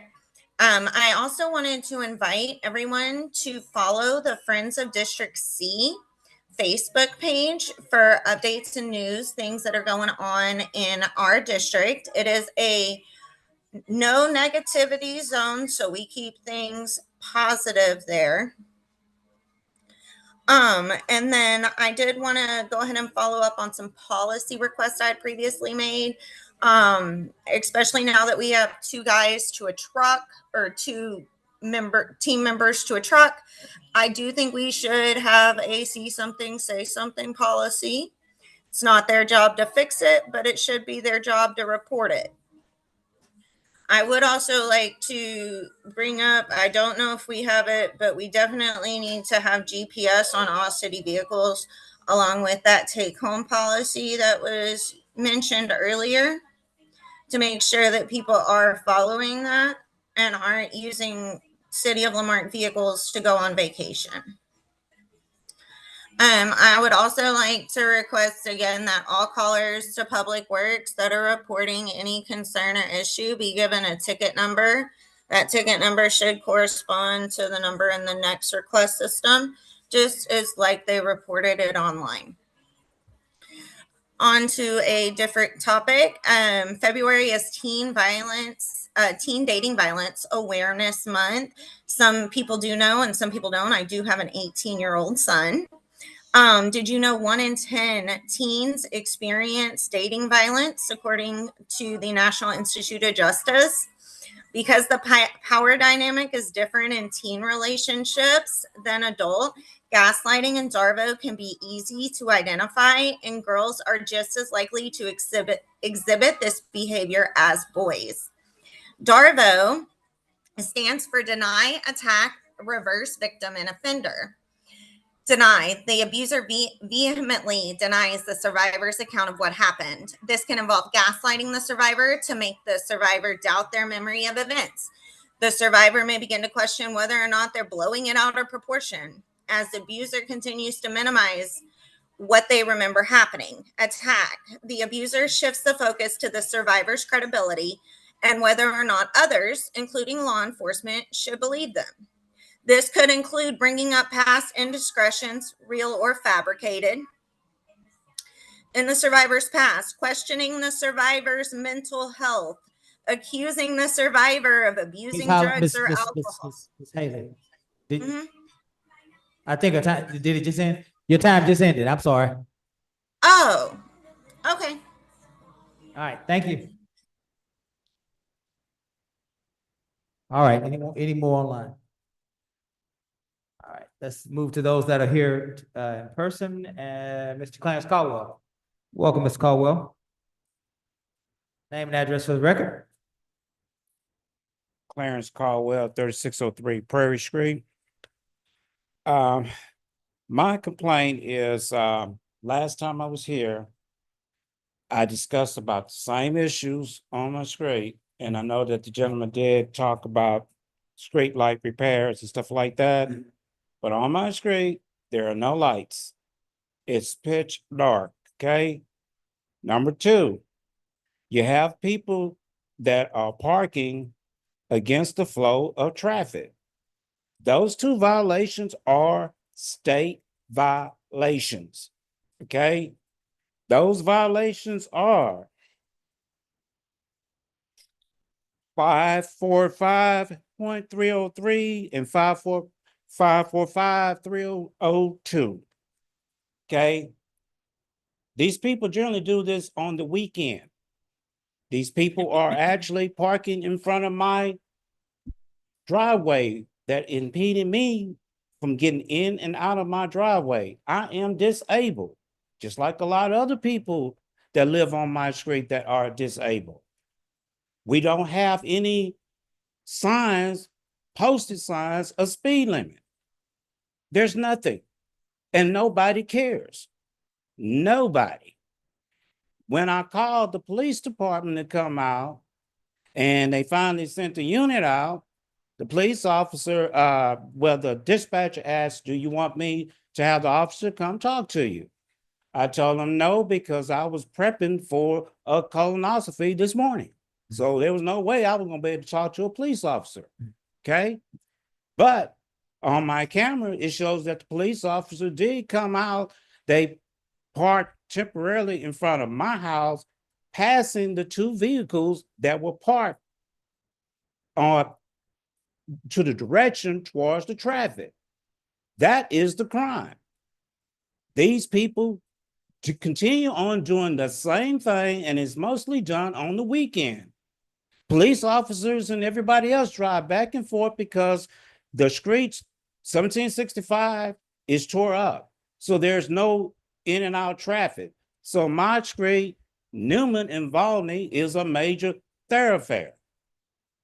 If there was an emergency, which there is a police officers or fire trucks or ambulance, there's no way these people are going to be able to go through my street because of this. Yesterday, there was a Amazon truck and a FedEx truck that was parked in the middle of the street because of these two SUVs that are parked wrong, and they were blocking traffic. There was no way nobody could get through. But these particular vehicles stayed there. That's your time. Okay, but I can have all this information to you, and I can have all the clips. Yeah, I would make copies and turn those into Miss Nance. Okay. And she would distribute those to the council and to the manager. Okay, no problem. Thank you, Ms. Caldwell. All We right. appreciate you, man. We really do. Mrs. Natalie Ruiz. Welcome, Ms. Natalie. Name and address for the record. Good to see you again.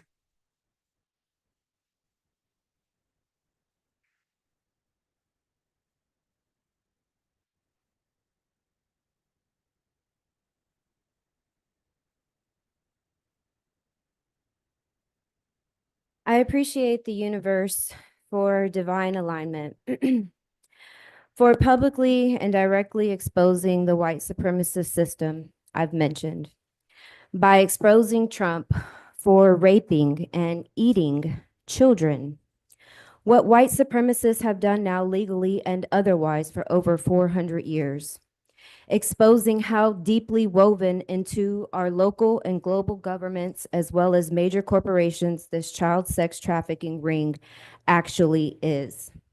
This system hijacks each of us at an early age to indoctrinate us to be docile and accept the slave rape ideology, while simultaneously they convince us it doesn't exist. They condition us to fundamentally disrespect women and children, such as white supremacists like Lowry and his dear following have proven to do time and time again. For the record, my son Ravion, who has been directly targeted by Lowry and Lorinda with CPS, he is 15 and healing from Duchenne muscular dystrophy. And this community of white supremacists have significantly interrupted and harmed his healing progress when time is very precious for him. It is clear anyone who is actively attacking women and children who are continuing to uphold the current white supremacist system, whether by staying in their official capacities from city employee to mayor to law enforcement, by voting, or by simply not immediately and actively opposing this system, should be considered a danger to women and children. It is now known publicly that local governments, local law enforcement, public schools, military, and major corporations are all aiding to help rich predators rape and eat children. An alarming acknowledgement that we are not acting on quick enough, which is why I make an urgent call to action to circumvent all governments, local and global. Strategically organize with your closest friends and family. Defund the government by no longer paying taxes. Start voting on solutions rather than people. Stop going to your job and start building a new system of living. Start growing food. Stop using all monetary systems entirely. Homeschool. Save the children. All officials not walking away from their jobs are a danger to everyone. Not one person with extreme wealth and resources should be trusted on earth or anyone aiding them in any kind of initiative they may attempt. These evil people will not hold themselves accountable. This entire system is obsolete. We don't need to feed into the World War III agenda. We must work together. Thank you, Ms. Ruiz.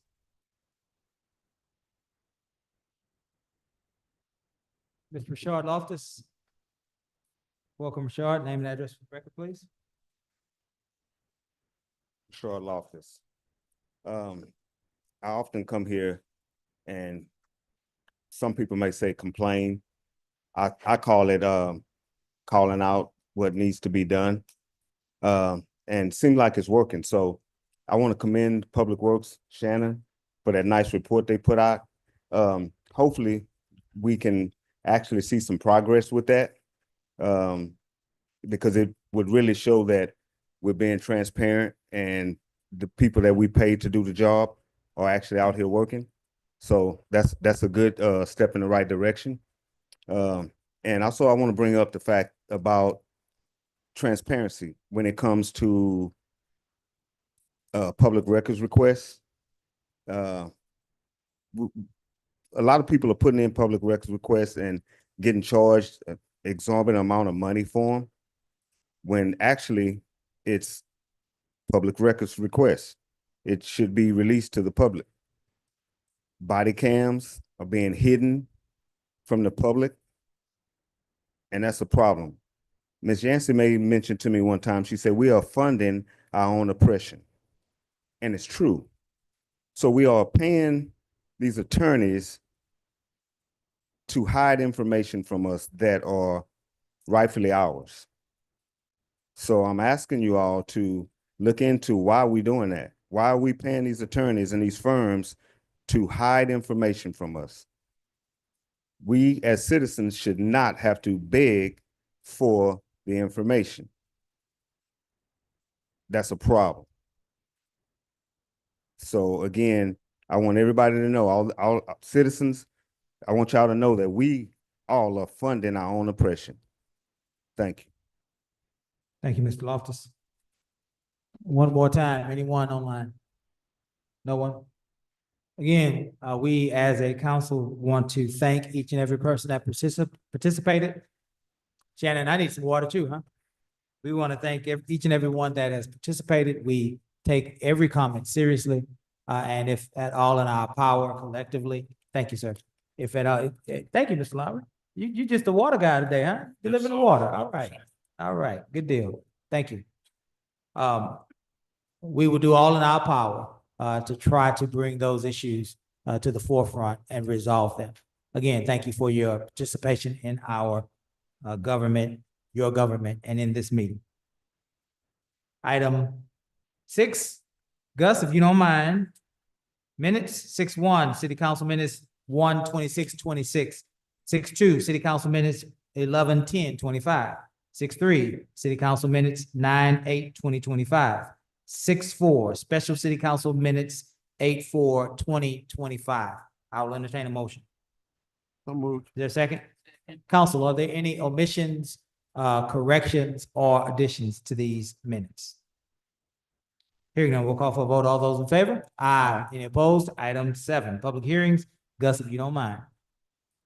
Conduct public hearings here, public input on 7-1, ordinance number letter O-2026-0002, amending the meeting dates for certain boards and commissions, making various findings and providing an effective date. Item 2.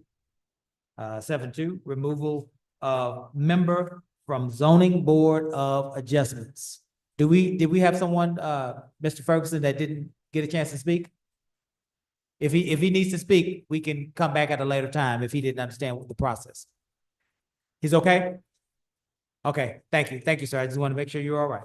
7-2, removal of a member from zoning board of adjustments. That member would be Virginia Manette. Consider possible action to remove Virginia Manette from zoning board of adjustments for cause based on evidence presented during the public hearing, and an appointment of a replacement member if removal is approved. This is not a disciplinary, removal.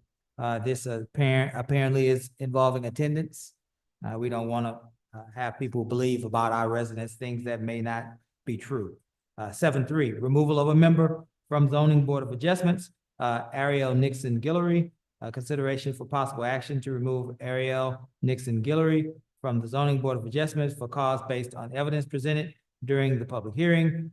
Appointment of replacement member if removal is approved. Again, I believe this is, for, a lack of attendance. Thank you. Thank you. We will close the regular scheduled meeting at 7:40. 7:40. We will open the public hearing at 7:40. Are there any persons online or in person wishing to speak to item 7.1? Anyone wishing to speak to item 7.1? One more time, any person seeking to speak to item 7.1? 7.2. I would like to speak. Is that Ms. Winkleman? It is Miss Winkleman. Are you asking to speak on item 7.1 or 7.2? 7, you know what? Never mind.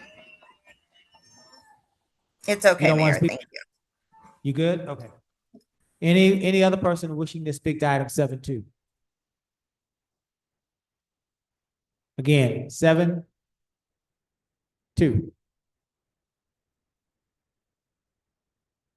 7.3.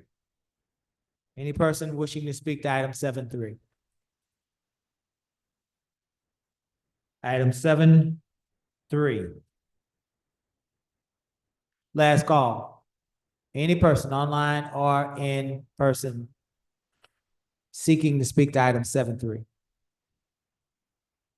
Hearing no one, we will close the public hearing at 7:42. and open the regular business at 7:42. Old business, item 8.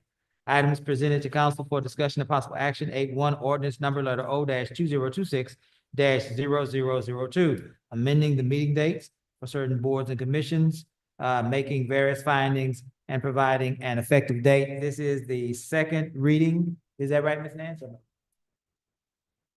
Yes, sir.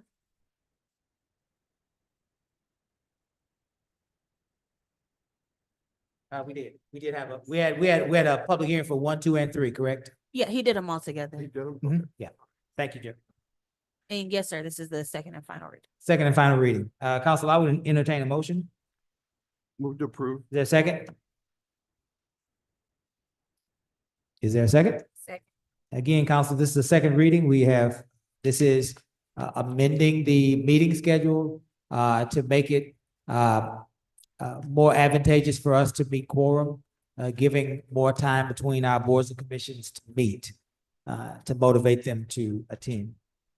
Let's call for the question. All those in favor? Aye. Any opposed? Item. Is this the ordinance, right? 8. About the meetings? This is what we're talking about? What handout are you looking at? I'm sorry. We might have two different. Talking about 8.1. 8.1. 8.1? Yeah, we're in Okay. old business, right? Did you want to And speak to that? Yes. Okay, let's back that question up and allow Ms. Griffin to respond, and then we'll call the question again, Ms. Nance. On section 3 of this ordinance, Ms. Kiera, it's ended at the chair. It doesn't say in compliance with the Texas Open Meetings Act. On section 3, all the rest of them. That they all your boards comply with the Open Meetings Act. It just wasn't put in there, but they all do.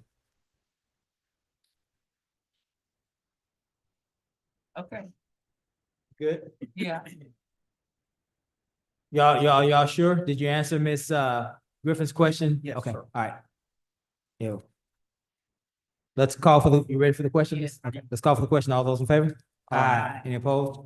Thank you, council. Item 8.2 will be pulled and brought to us again. Item 8.3, boards and commissions, appointing, reappointing, and or removing members of boards, commissions, and committees.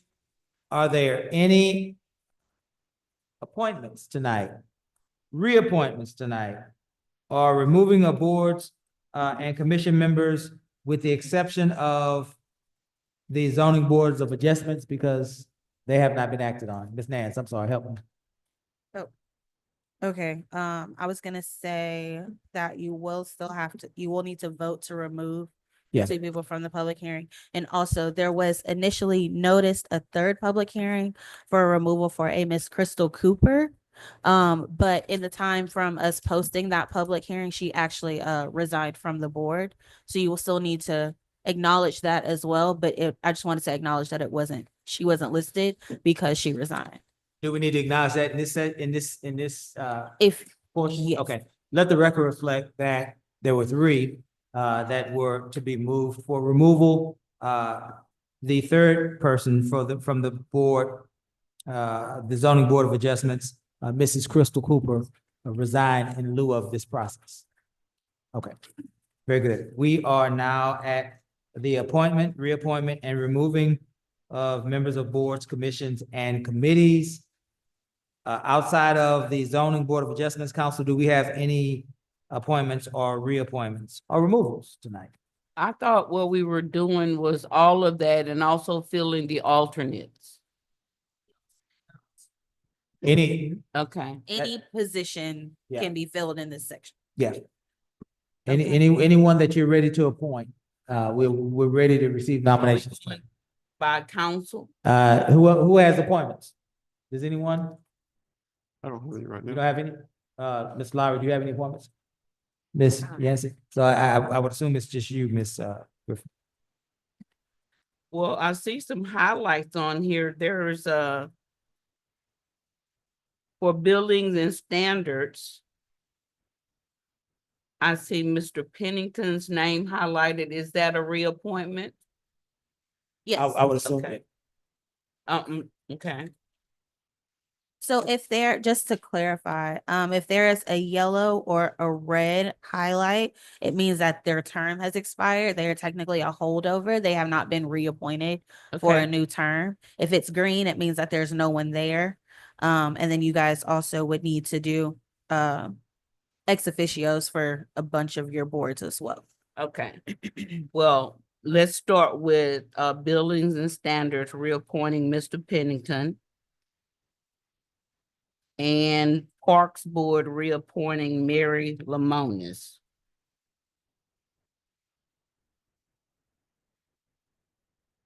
The Cemetery Board has a reappointment for District C.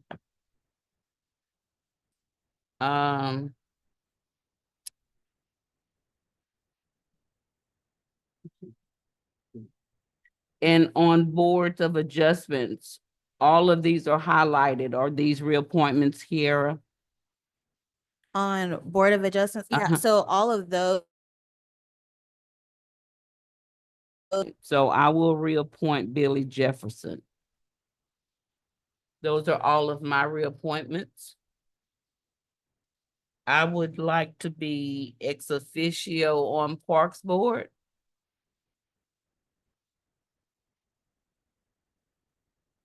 Shall I nominate?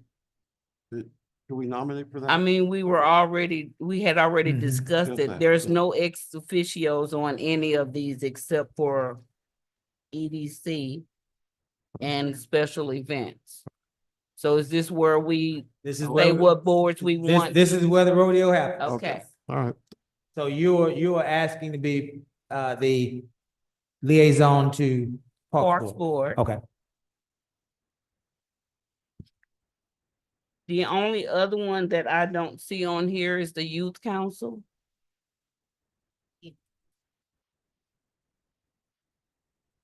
And when we talk about alternatives, I can come back. I can yield to everybody else. So we historically just don't list the youth council on this because Okay. it's a public document and those are minors. Okay, So it's just to protect the children, that's all. But Okay. that is an option for you. okay. So I'll go ahead and reappoint Alexa Cross to Board of Adjustments. She's in good standing. Reappoint Richard Loftus. He's in good standing, and to KLMBC. Can you speak in the mic? Okay, you can't hear me? I'm sorry. Board of Adjustments, Alexa Cross. Reappoint her. Reappoint Richard Loftus to KLMBC. He's in good standing. And Chantel Woodland to the Ordinance Review Committee. She's in good standing, and thank you guys for your service and being in good standing. That's all. Oh, and I guess would like to remain the ex officio to buildings and standards. These buildings and standards. We have, how many boards do we have? You don't have to answer that right now. You just at the end of the night, when we all, 9, not the end of the 10. night, Jesus. Just in the next 5 minutes. It's showing Remind us us so that we can There are start. 12, Yeah, 11 well, on this Okay, morning. whatever's not being chosen, just start running it back and that, because we will never get this done. We will sit here every day, all day. Yes, sir. The And Mayor, Board of Adjustments cannot meet unless there are 4 members appointed. So, and right now, we've only got Billy and Alexa for districts D and A, but B and C have not appointed. Is that correct? And then we don't, with the Correct. vacancies, that can't meet. And I know that there have been actions that they needed to take. so B, we have to Yes, take action tonight before we can appoint. What I heard you say. so we did the Read public hearing, so you just need to remove that person and then appoint it. And then appoint. Okay. Can we do a clarification, because I got confused? Yes, ma'am. There is a Virginia Manette on the agenda, Mhm. but on the actual printout, it says Ginger. Are It's they the the same same person. person? Same Okay. person. And are we past the time that it has to be the district representative that appoints them? Can it be anybody at this point?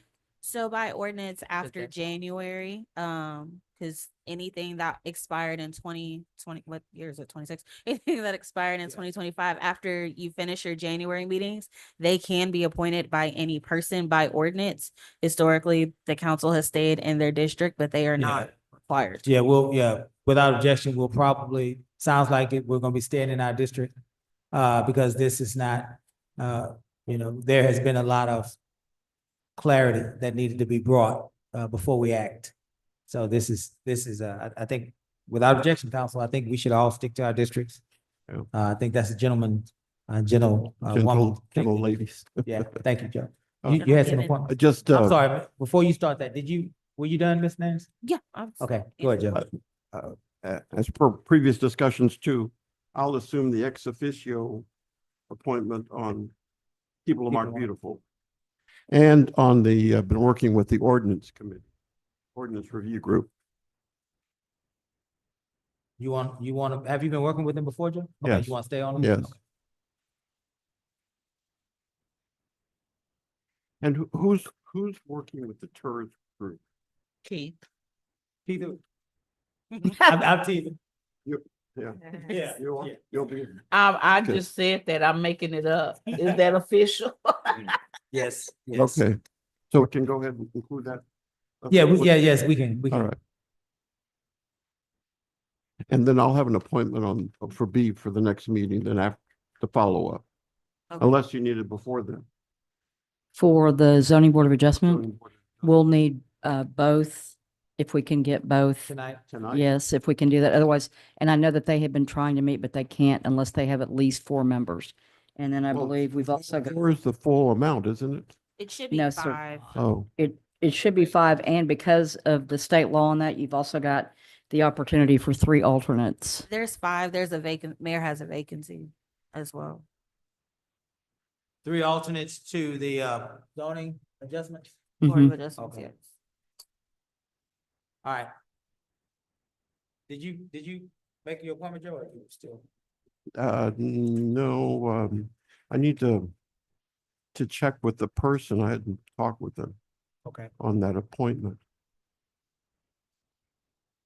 But Well, Yeah, I'll come back to you. Ms. Lowry, do you have anything? No, sir. All right,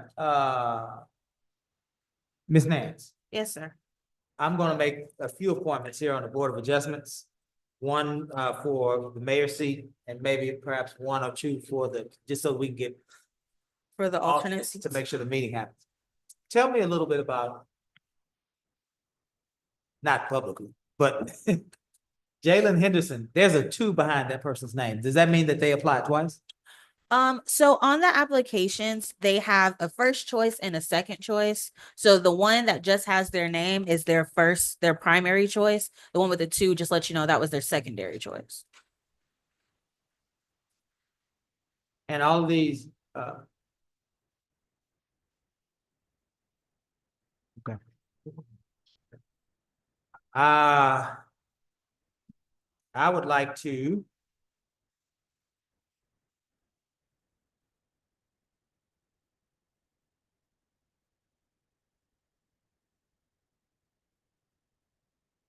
I don't know that, let's do this.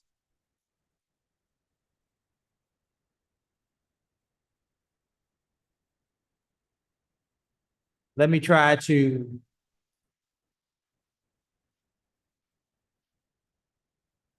appoint as a first preference, Jalen Perry, Okay.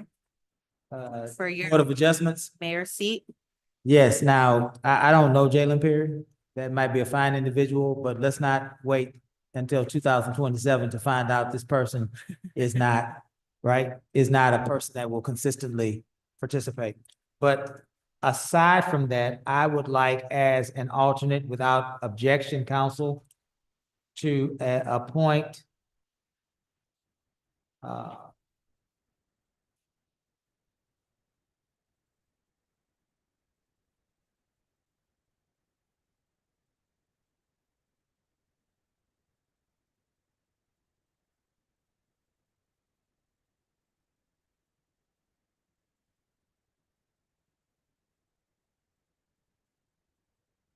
try to appoint Sade She's been appointed. Williams. She's Williams. been appointed. Where's she at? Or unless that's gonna be her second one. Oh, it's just She's an alternate. appointed.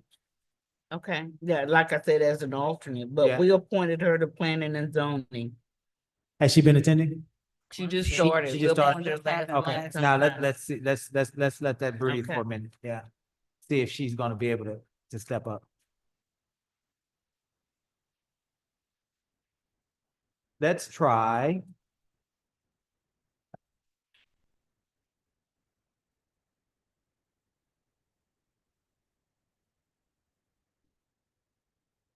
Tell me what now? Let's see if we can get Pamela Mahan. Has Pamela Mahan been? She is appointed to building standards. The people scratch through. You already got it? Don't look at the one. Yo, you ready to scratch take a through. gander at it? Let me regroup. I would, but I don't see it on here now. If my site might be going again. Where's the Keep Lamarck Beautiful appointment list? Am I looking at the wrong one here? Oh, I see it now. Yeah, I would like to appoint as building the standards is the one that we needed, right? That was the priority. The Board of Board of Adjustments. Yes. Board of Adjustments, I'd like to appoint Terry Taylor. She's been very consistent in terms of meetings with our board ordinance, very responsible.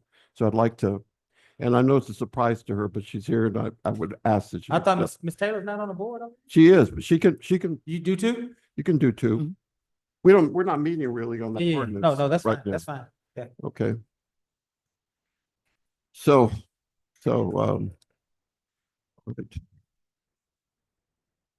I think everybody on that row's on a board now, right? That's a little, I think so. Good. Board row, huh? Board row. Okay. And then because of her excellent work with Miss Griffin and her enthusiasm, Miss Griffin, and I see her name, I'd like to request that Miss as an alternate, and I haven't talked to her though, but she's been very enthusiastic. Miss Mandela Park is an alternate to the Keep Lamarck Beautiful. Huh? Because of the relationship, Oh, really? Oh, I didn't know that. nepotism. Oh, it's on the list. Yes, she has an application on file, but because of the relationship, her application is gonna be on file longer. Oh, all right. So So I'm sorry, that.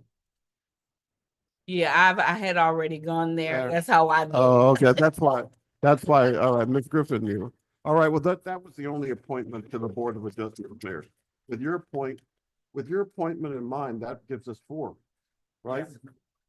Let's try one more. We can try the second Who did choice, he Jalen say? Henderson as an alternate, and then we have to step back and see. Part of the problem is we appoint people and then sometimes they work out, sometimes they don't, right? So the 2 appointment is Jalen Perry and Jalen Henderson Jalen to Perry, the Jalen Board of Henderson, Commission. and Terry Taylor. Okay. Terry Taylor's a active member. Jalen Perry is an active member. Jalen Henderson is an alternate. You want me to go through the list of everything that Would y'all you do that said really so far? quickly? Sure. So, District D, reappointed David Pennington to the Building Standards Commission, reappointed Mary Lamonis to the Parks Board, reappointed Billy Jefferson to the Board of Adjustments, and requested to be the ex officio for the Parks Board. District A, reappointed Alexa Cross to the Board of Adjustments, reappointed Richard Loftus to Keep Lamarck Beautiful, reappointed Chantel Woodland to the Charter Review Committee, and requested to be the ex officio to the Building Standards Commission.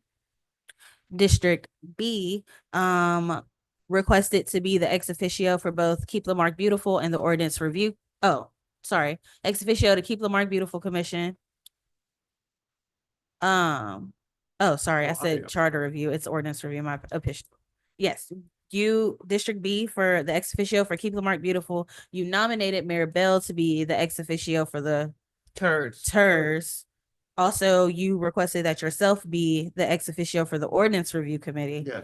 And then you nominated Terry Taylor for Board of Adjustments. Correct. Mayor nominated Jalen Perry to Board of Adjustments and Jalen Henderson as an alternate to the Board of Adjustments. Wow, that was a lot of words.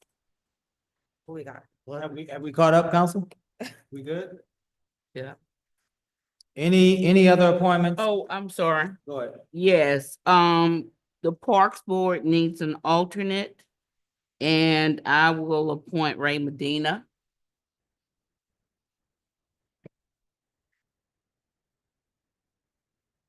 I think that was all the applications for Parks Board. Very good. Anyone else? Who would like to make that motion? I'll make it. Move that those. Move that those nominations move forward. Is there a second? Second. Let's call the question. All those in favor? Aye. Any opposed? All right, thank you, council. We are now on item 8584. Hold on 1 second. I'm sorry. Oh, yeah. Yeah. Shouldn't have- Y'all need to remove the other 2. Okay. Yeah, you're right. Totally forgot about it. Let's entertain a motion to first remove Mrs. Virginia Manette. Again, this is an attendance issue, nothing more, nothing less. I will entertain a motion. So moved. The second, Second. let's call for the vote. All those in favor? Aye. Any opposed? 7-3. I will entertain a motion to remove I assume Mrs. Ariel Nixon Guillory from the zoning board of adjustments for lack of attendance. I will entertain that motion. So moved. The second, Second. let's call for the question. All those in favor? Aye. Any opposed?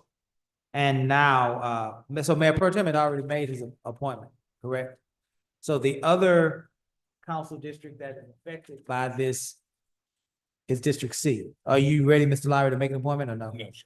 Okay, let's move on. Can I ask a clarification? On Ordinance Review Committee, Kiara, is there 5 appointments? Cause it shows District D vacant. Someone recently resigned from that board. Sorry. I already And it clicked looks out of like they all need to be reappointed Well, for we- ordinance review. We did that You, previously. We extended the life of that commission. okay, well, For there's another- no appointment for District D according to this sheet. Right? Yes, because the person that was in that seat resigned. Okay. I'm sorry, off the top of my head, I cannot tell you who it was. It doesn't matter, but But it's that you vacant. will need to put someone there. Okay. You have my sheet? Yes, ma'am. And this is ordinance review. Didn't we, sorry, point of information. Go ahead. Didn't we go ahead and discuss that our last action that we took extending this committee? Yes. So do we need to reappoint everybody? Or There was there's a vacant, somebody left a position. You guys are gonna be fine. we're He fine? doesn't have a Just person. first, all right, Yeah. all right. Okay, I'm appointing, right? Okay. I know Terry. Oh, Ray Medina left that committee. That's Chair, Miss Taylor's informing us. He left that Yeah. Ray left the, of the ordinance review. okay, is he still wanting to be on the board? Cause I appointed him to Parks. He had an issue with the date, the meeting date, so okay. I would have to follow up. Okay, great, thank you. Okay, I will put Haley here. Haley Winkleman, Where's that at, Miss? ordinance review.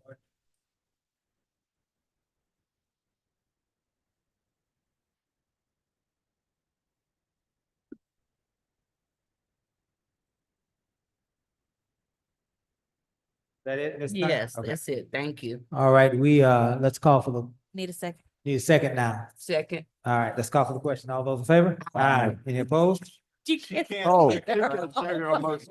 What's he trying to do? Get us out of here. Just want to go home, James. All right, Kim, give us a second. All right, let's call for the question. Thank you, Kara. And Gus. Yeah. All in favor? Aye. Aye. Any opposed? Thank you. Eight. 8-4, budget priorities.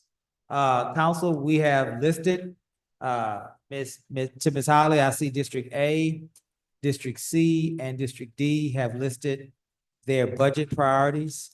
Myself and Mayor Pro Tem have not listed any budget. That doesn't mean we don't have any. That just means that we have chosen not to offer them before this meeting, and mine will be simple, Joe. I really just have one, Ms. Holly. And that is that I just want to encourage you and Worth to continue to cut costs, to become more efficient. And as we move into our budget season, I am definitely interested and in favor of a zero-based budget.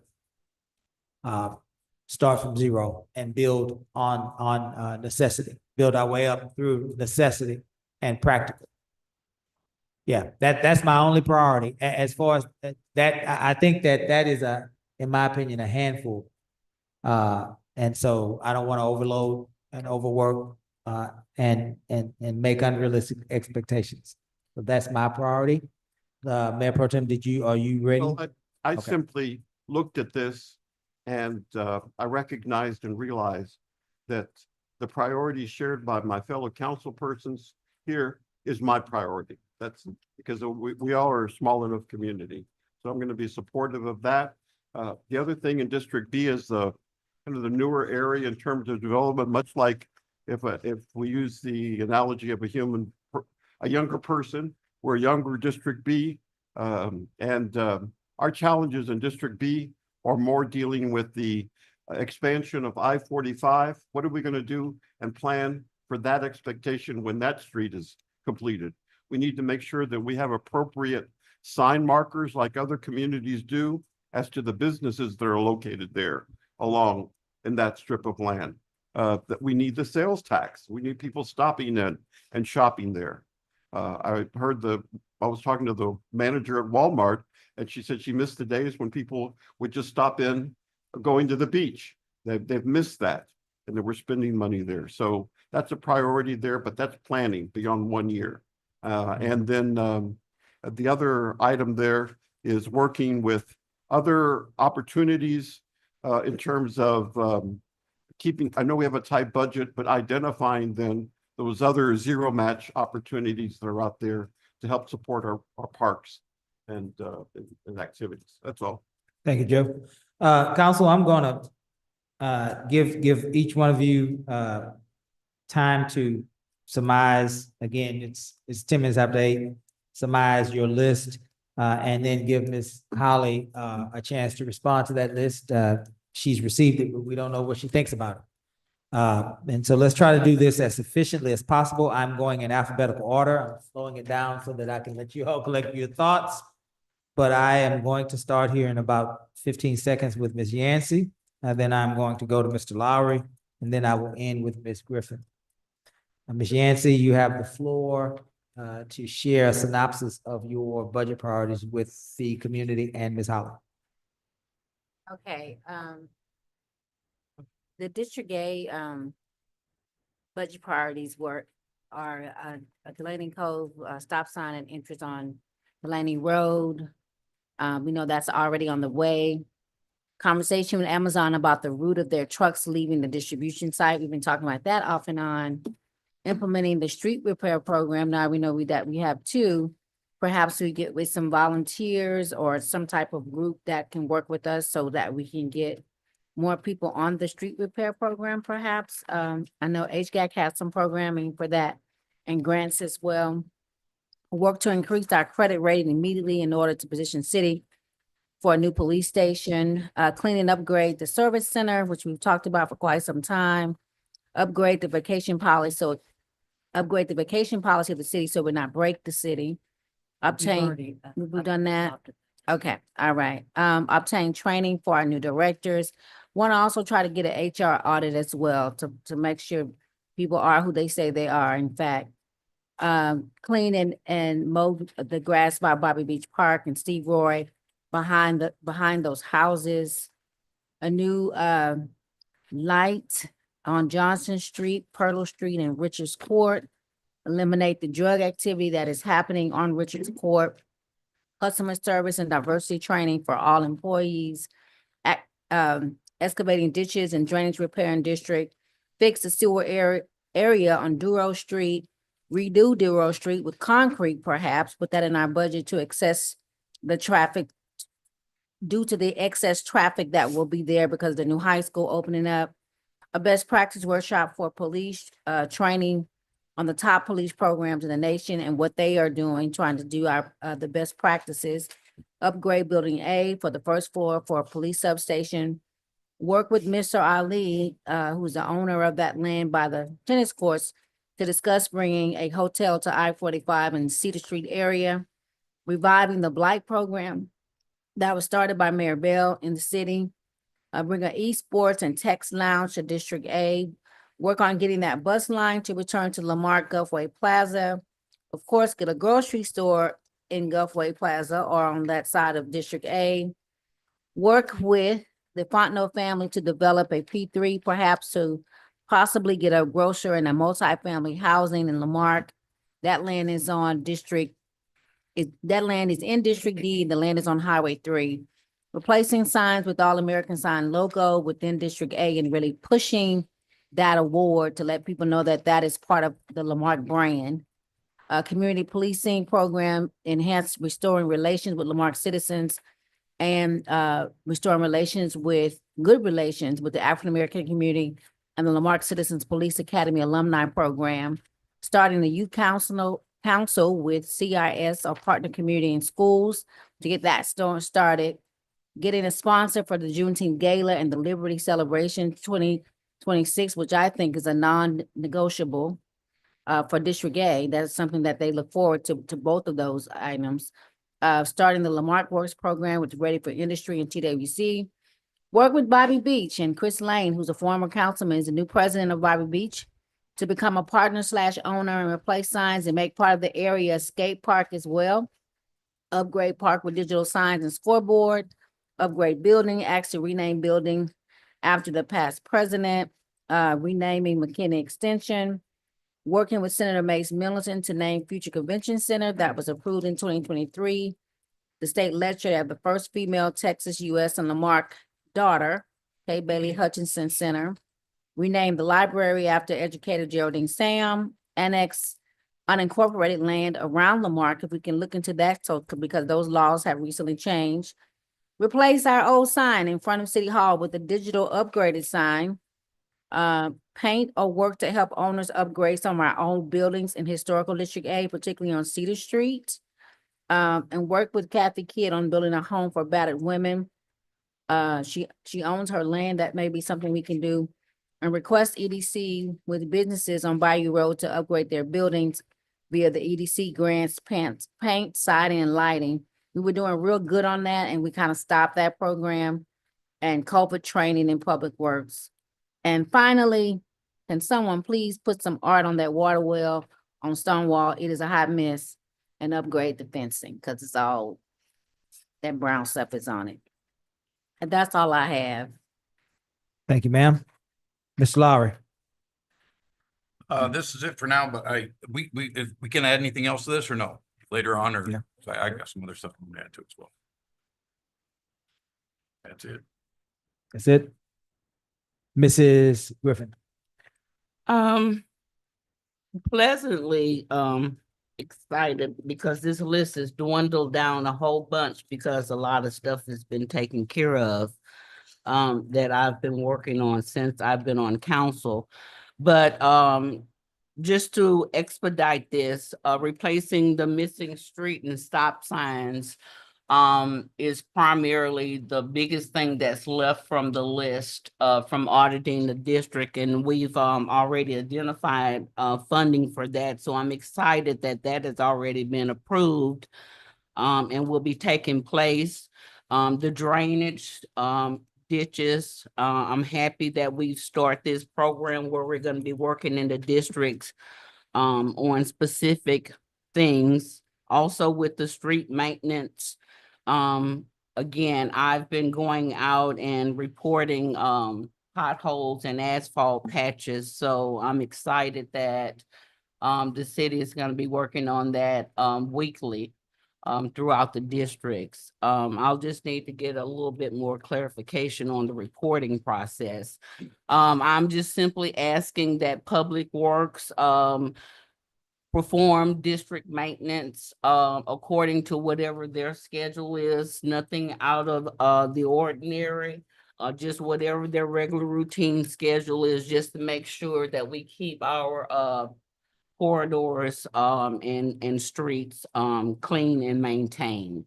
The only things that are left that are not major concerns, but we want those taken care of in our districts, are the sidewalks on Highway 3, which is already getting worked on, but Cedar Drive and Winding Way, that has been a concern of residents for a long time. And if we can just get those removed, we would certainly appreciate that. The other thing is the Cedar Drive three-way intersection. We would like those the lighting and the pedestrians signage that we need for that intersection to make it help for public safety. And then the Highway 3 Oak Street treescapes.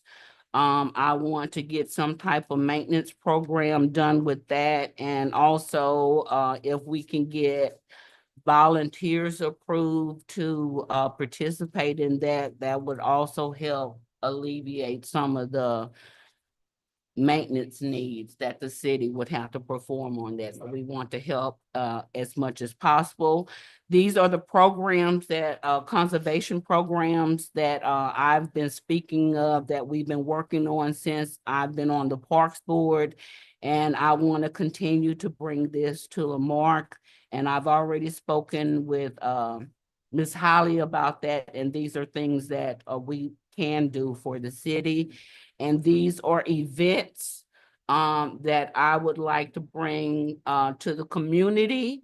And if there is any need for city support, I will speak with Ms. Holly about that. Where there is just finding a location for us or doing advertisement. But more so, we are reaching out to boards if we need assistance with funding. And I believe that's all of mine. Thank you, ma'am. I'll end with this, Miss Holly and Mr. Ferguson. I really think that it's time for us to, if there is not an organization or a platform out in this country that would train department heads on budget procedures, right? On how to approach a budget, how to create a budget, right? How to manage, and maintain a budget.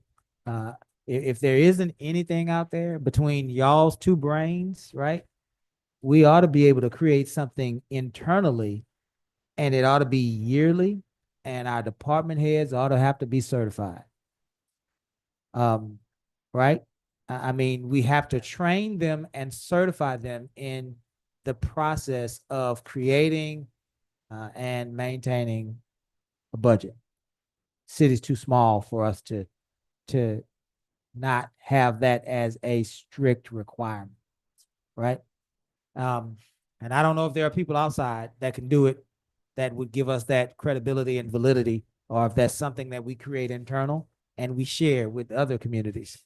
But we have to do something, and we have to do it now. Yes, sir. And Worth actually, he's the lead on that, but we are working with our department heads because they haven't been involved in this. They haven't done zero-based budgeting. So this is an educational system, but we will formalize it. Yeah, let's get some measurables so that we can go back to our community and say, we have trained and learned better how to create and manage budgets, taxpayer dollars. Thank you. Did you have any other comments on the list, Ms. Holly? No, I'm You good. good? You good? All that's, seems like at least something that we can consider. If not, finish. Very good.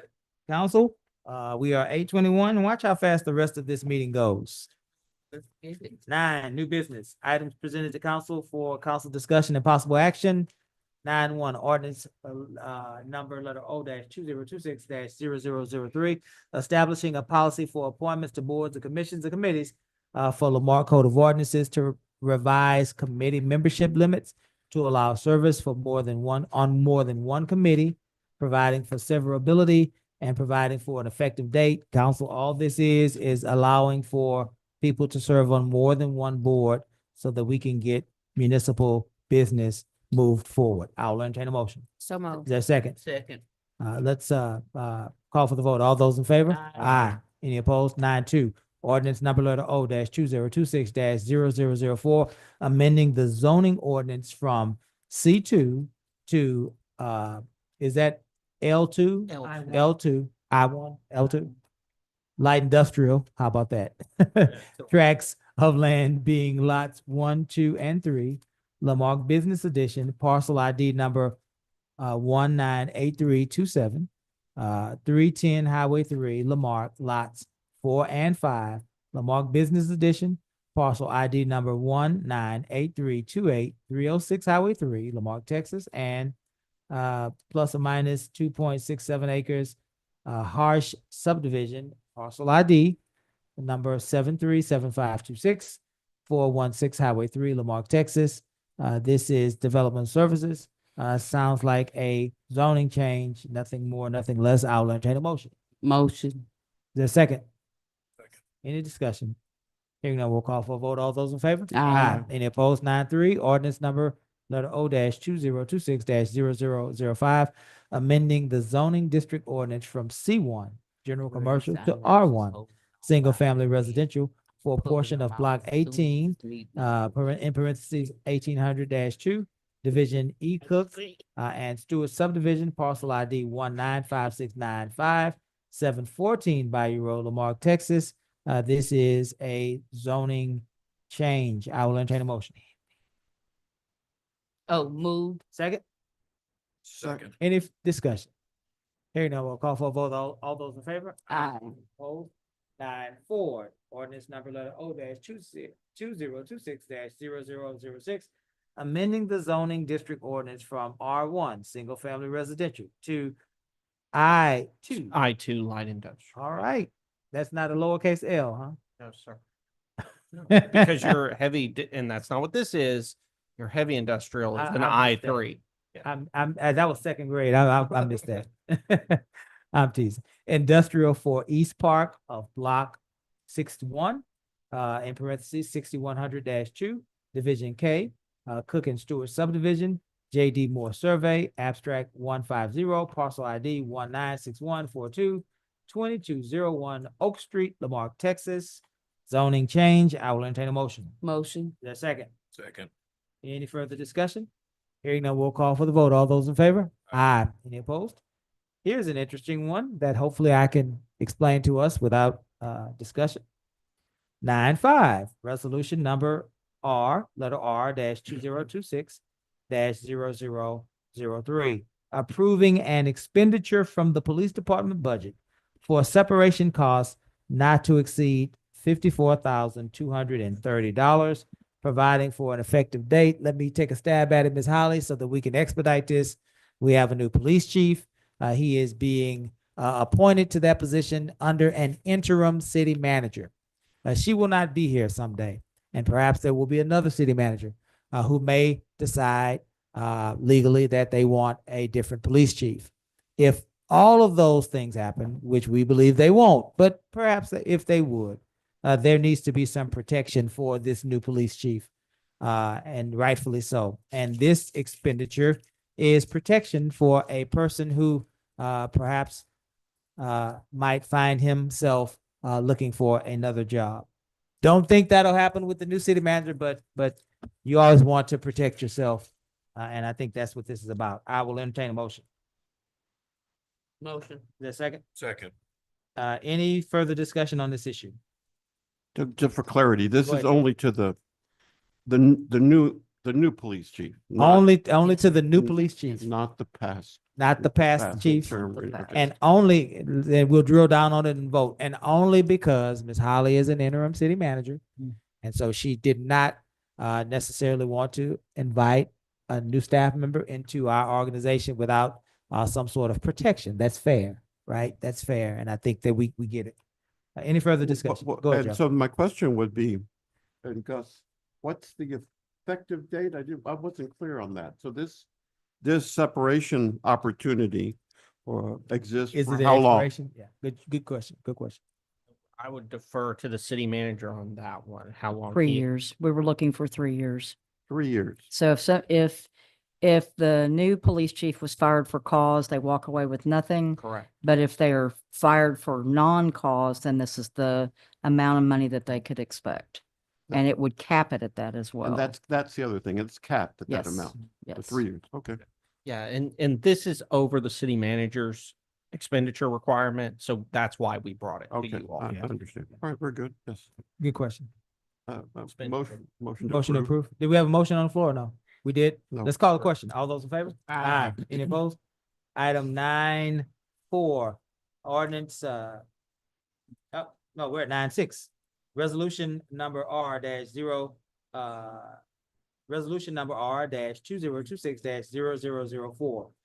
Approving the submission of a grant application to the Office of the Governor to facilitate outfitting officers with NIJ approved level 3 or higher ballistic vests for fiscal year 2027. Chief, are you wanting to speak? Come on, give us about 30 seconds of what this is, because the public probably needs to get an idea of it. So what this is, Mayor and Council, is our fire marshal's office, because they are licensed peace officers and commissioned peace officers in the state of Texas. We all wear ballistic protection. And ours are due to expire in a couple of years. And our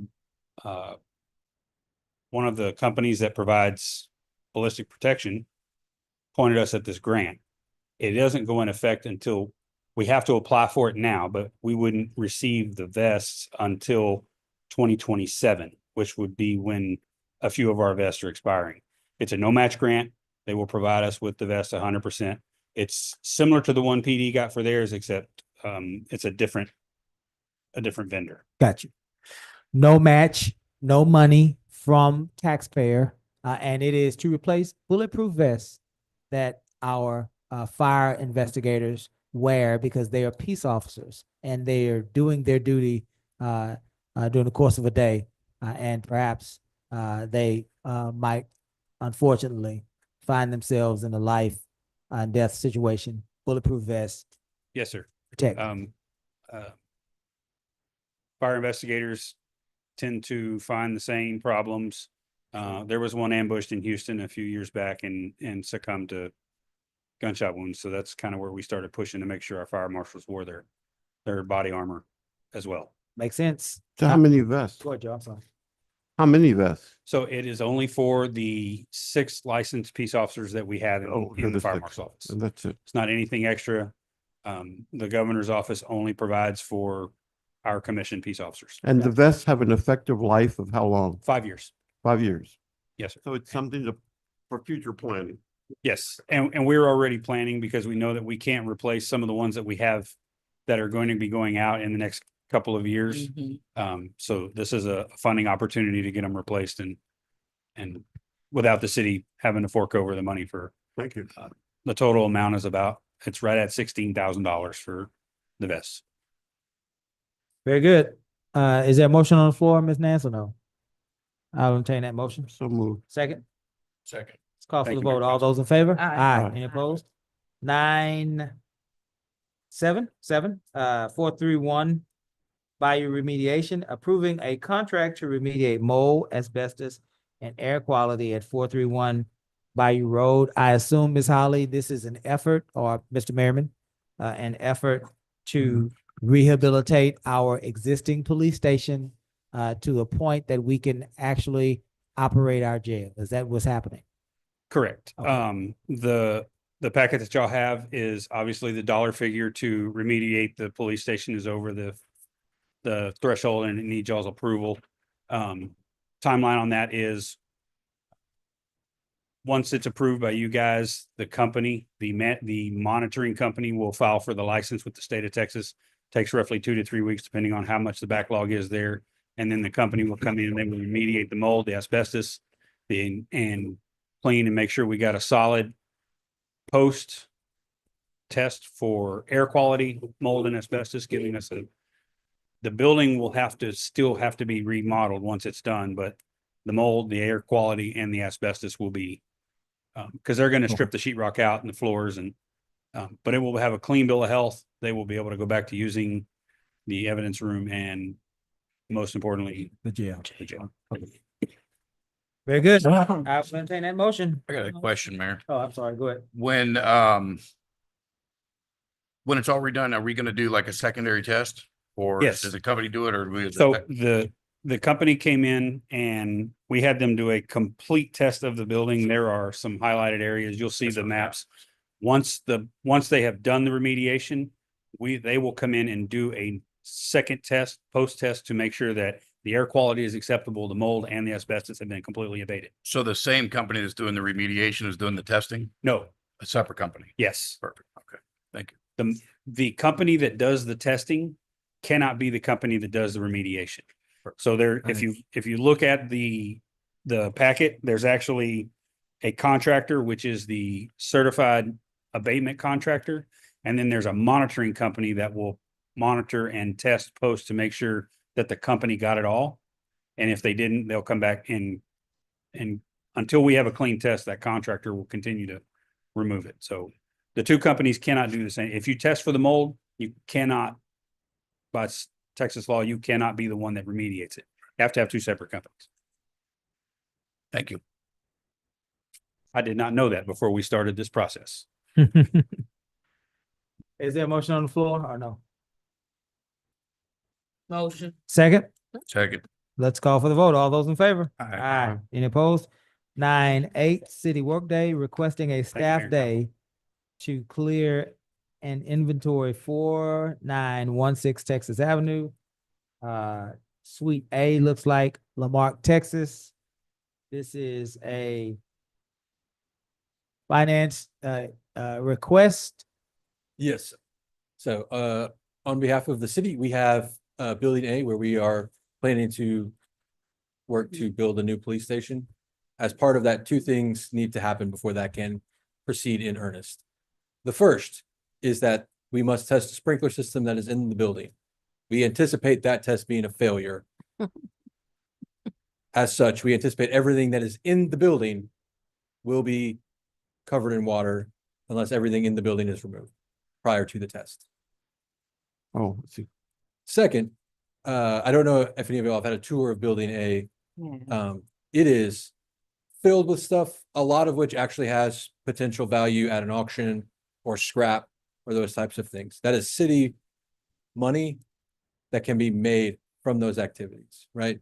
So what we're asking is, it's not something that we can do like a little bit at a time. It's something we need to put full city effort and resources to in a short period of time to get everything out, catalog it, determine whether it is auction, scrap, trash, keep, and if it's keep, where it needs to be.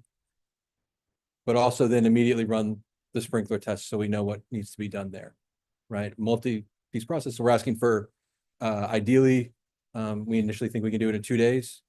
But these would be 2 days where the city would be closed, except for like dispatch and police on the street, those types of things. But the rest of the city employees would come in and work on this project in Building A to accomplish this. That's what we're asking for. Good, John. Question, and Gus, it's more of an HR related. Can we require people to go do that sort of physical work when that's not part of their? We will not ask anyone to move anything physical that doesn't wish to. Okay, so individuals with any disabilities are not. They will be able to catalog. That works. There'll be two different groups. Someone with a disability requests an accommodation, I'm sure it will be dealt with as all accommodations are dealt with. They will be evaluated for one. So I what comes to mind is when I'm thinking of, because I've done many, right? If I've been hired for a job and one of the job requirements does not include the statement that you must be able to lift 50 pounds or more, then you know, I can't do that. Right. And so I shouldn't be doing that. That's what comes to my mind. Yeah. And then the second thing is, and this is just for clarity, because I have never been in that building. Why? Because from day one, or even when it was acquired, the rumor mill, etc., was that building was built with asbestos. And was that ever clarified? That It's been not, cleared. It's cleared. Chief, it's cleared. All right. So there's Yeah. no asbestos in that building. Okay. All right. Very good. Those are my two questions. Thank you. I just want to drill down on the idea, and I have a question, but I want to agree with Mayor Pro Tem. There's an idea that anyone that is willing would be available and would be used, but when you're dealing with liability and workers' compensation issues and worker injury, I think what Joe's talking about is, it doesn't matter if you want to lift the world for us.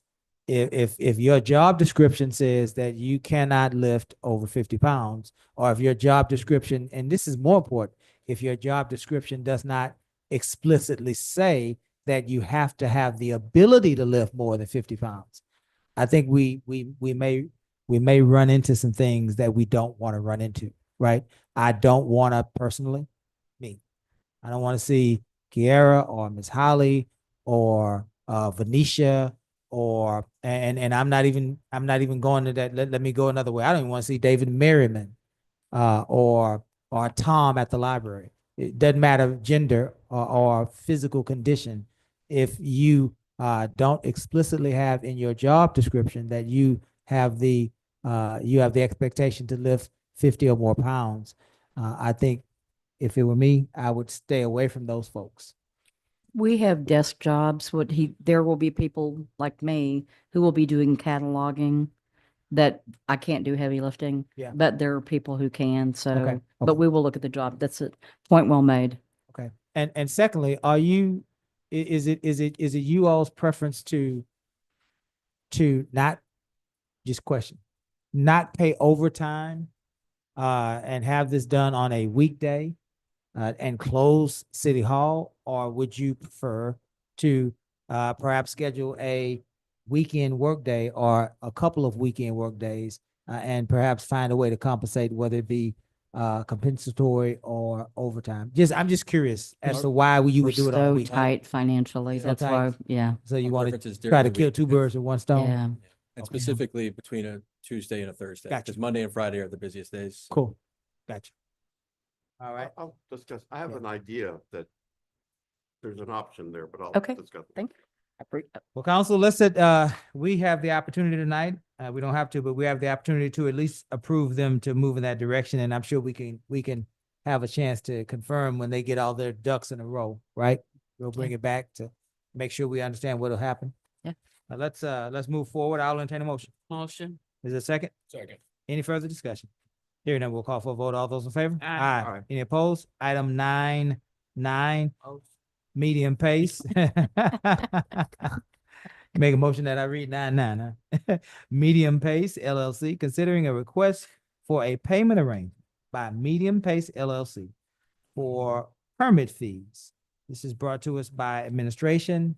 They You wanna read us came, in? sure, they came in a few weeks ago and they said that they had budgeted $9,000 for permit fees, and then it came in right at 50. And so we met with them, and what we came to an agreement with, if you approve it, is that they'll pay the 9,000 today, or when they pick up their permit, and then 365 days later, they'll pay the remainder. So they will pay the permit fees, but they will have been able to be up and running as their boat storage and recoup that money, and then they will pay the remainder of the fees. And it seemed like a very fair way to go, because the city will get the income, they get to start, we just delay the full payment.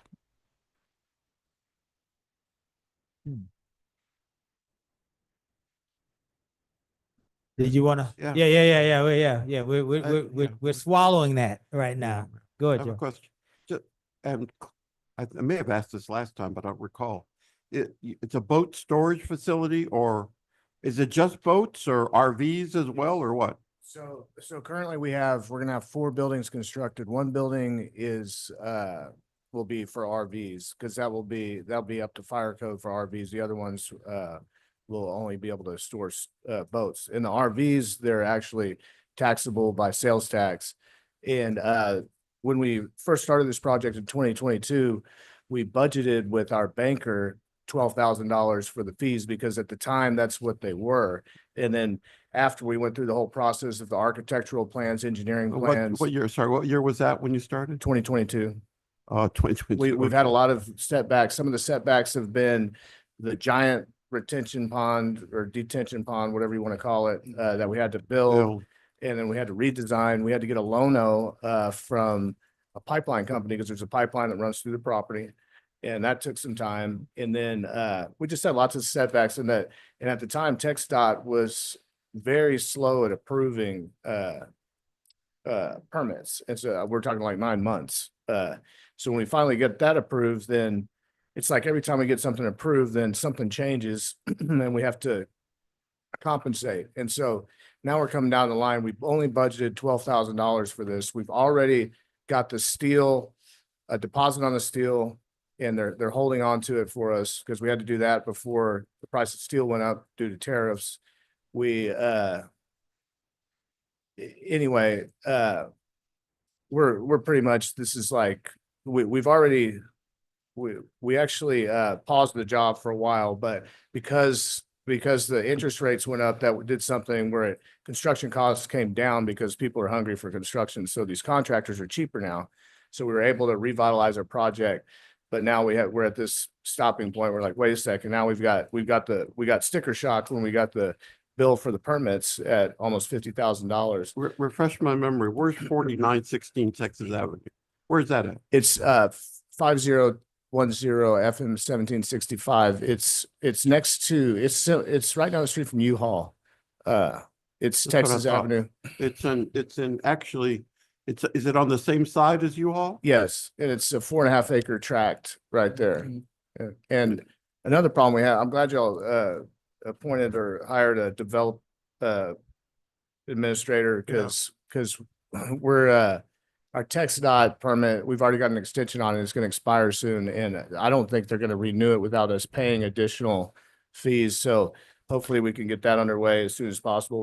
We've got like a gun to our head right now. We're trying to move this along, and we will have, and I know it's going to be successful, because the HOAs in Houston don't allow, you to store your boats in driveways. So there's a huge demand, and we're counting on the traffic from, Galveston, and Houston, with boaters. And and Gus or city manager, are you suggesting that this, if we agree to the payment arrangement, that this is going to be handled much like we do with overgrown lots that we cut and Yes, there's you a can- lien that's placed against the property? The agreement I'm sure we'll sign will be that, where you can put a lien against the property. Security on it. Yeah, so your security right now is, if they don't, you revoke their CO. Is the secure, so they build it, they get a certificate of occupancy, then they don't pay you, you revoke it. But if you would also like a lien, just include that in your motion and I will amend it. I would feel, I don't want to interfere with the business, but the lien process, which we're used to, is what I would suggest. Yeah, listen, tell me again what you said the current fee is. Yes, the current fees, so we have, I know y'all are moving from a third party, I guess, plant or, what do you call it? Third-party plan review. Inspector, right? His permit fees right now Yeah, are $48,685.16. Mhm. But he has not picked up the permit yet. So if that's what the fee is, if he can meet all of the plan review requirements. So when I don't know if this is a Gus question or who. So when in 2022, when this process started, This is when we bought the property. Yeah. My question is the delay. Was that delay because of any fault of the city of Lamarque? No, It was not. No. It was not. Okay. They just got caught from when they asked for the information. We were changing fees. And so in their pro forma with the bank, they budgeted a different amount. And now that we're in 2026, they can't proceed forward without us working with the them. price tag changed from Yeah. when we bought the property, conceived the idea to now. What was it originally? It's vacant actually. No, the amount of the fees originally. Originally, they were, we had a contractor and he told us it was $9,500. And then later on, they told him 12,000. So we budgeted 12,000. And that was our original contractor who was MC Construction. And then we put a hold on the project because we couldn't get it built for, our lowest bid was just too high. And so we had to basically put it on hold until we found a builder and everybody was busy in Houston, up until the rates went up. And then when that happened, then builders, came down on the prices. Now we can build it. Of course, now we're paying a higher rate, for now, interest rate, but we can build it for cheaper. How many But units? It's gonna be 95 units. 95 96, units, sorry. 96 units. Yes. Sales tax. Sales tax will be 25% of that. So, That number. So I've, in the email, I estimated, and this is a conservative amount of renting 400 per month, per unit. And they're going to be large units, large enough to fit a boat or an RV, and they have electricity. So one is going to be dedicated to RVs, and the income is going to be roughly 10,000 a month, generating 825 a month, $825 a month. Yeah. So you all collect sales tax on these rentals, On the RV only. on our RV rentals? Yes. RV only? Only, not boat storage, because boat storage is not, because I don't. How many remember. RV slots do you have? So it'll be 25% 96, so, Oh, I see what you're saying 26. now. I just caught what you're saying. You're saying the 25% of the, of of our revenue your, will come from RV. yeah. And that will be subject to sales tax. That's correct. I got you. Yeah. I got you. And then also the amount. Have you ever ran any, have you operated this storage facility? I've owned a survey company for 15 years. We're pretty successful, but it's not. But nothing never- like, nothing not like s- this? No, sir. Have you ever operated anything like this? Okay. No, we're amateur land developers. Sure. Right? We No- build no problem. we build houses here and there. We're building one in Rockport right now. But anyway, And where was I'm trying to frame it in my mind in a way that I can support you, right? okay. And the way that it works in my mind, and perhaps maybe other council members, in order for us to agree to this, it You have has to make be. sense. So here's my pitch to you. What I'm saying is, so right now we're currently, I think we just paid the property tax of $3,000. Mhm. Once we develop this project and have it built, and it's only going to take 4 to 6 months to build. Once it's built, it's going to be worth over $2 million. So now you're getting $27,000 a year in property tax, so you're already recouping a lot of the money, not to mention the additional 10 to 12,000 in sales tax per year. So in 1 year, you're gonna have $37,000 if we build now. But if we can't do this and we have to stall the project again, our TxDOT permit expires and, it's just delays it another year until we can figure out solutions for this. Well, 1 year of lost revenue for the city is going to be $37,000. Yeah. Uh, No, so- those things that you're discussing with me are things that I appreciate. But there are also things that every business comes to Lamarck and Right. says, Yeah. to get our approval. The issue is you're asking for, and it's not a bad issue. We're just having a discussion.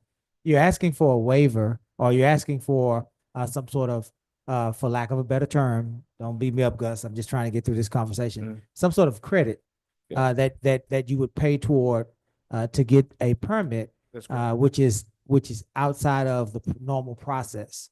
Right. Right. And so why then would a council, not saying that we wouldn't, I'm just reading you in, why would a council agree to this type of an agreement when there are 1,000, I would hope, business owners chomping at the bit to pull permits and do business in Lamarck? And I need justification for that.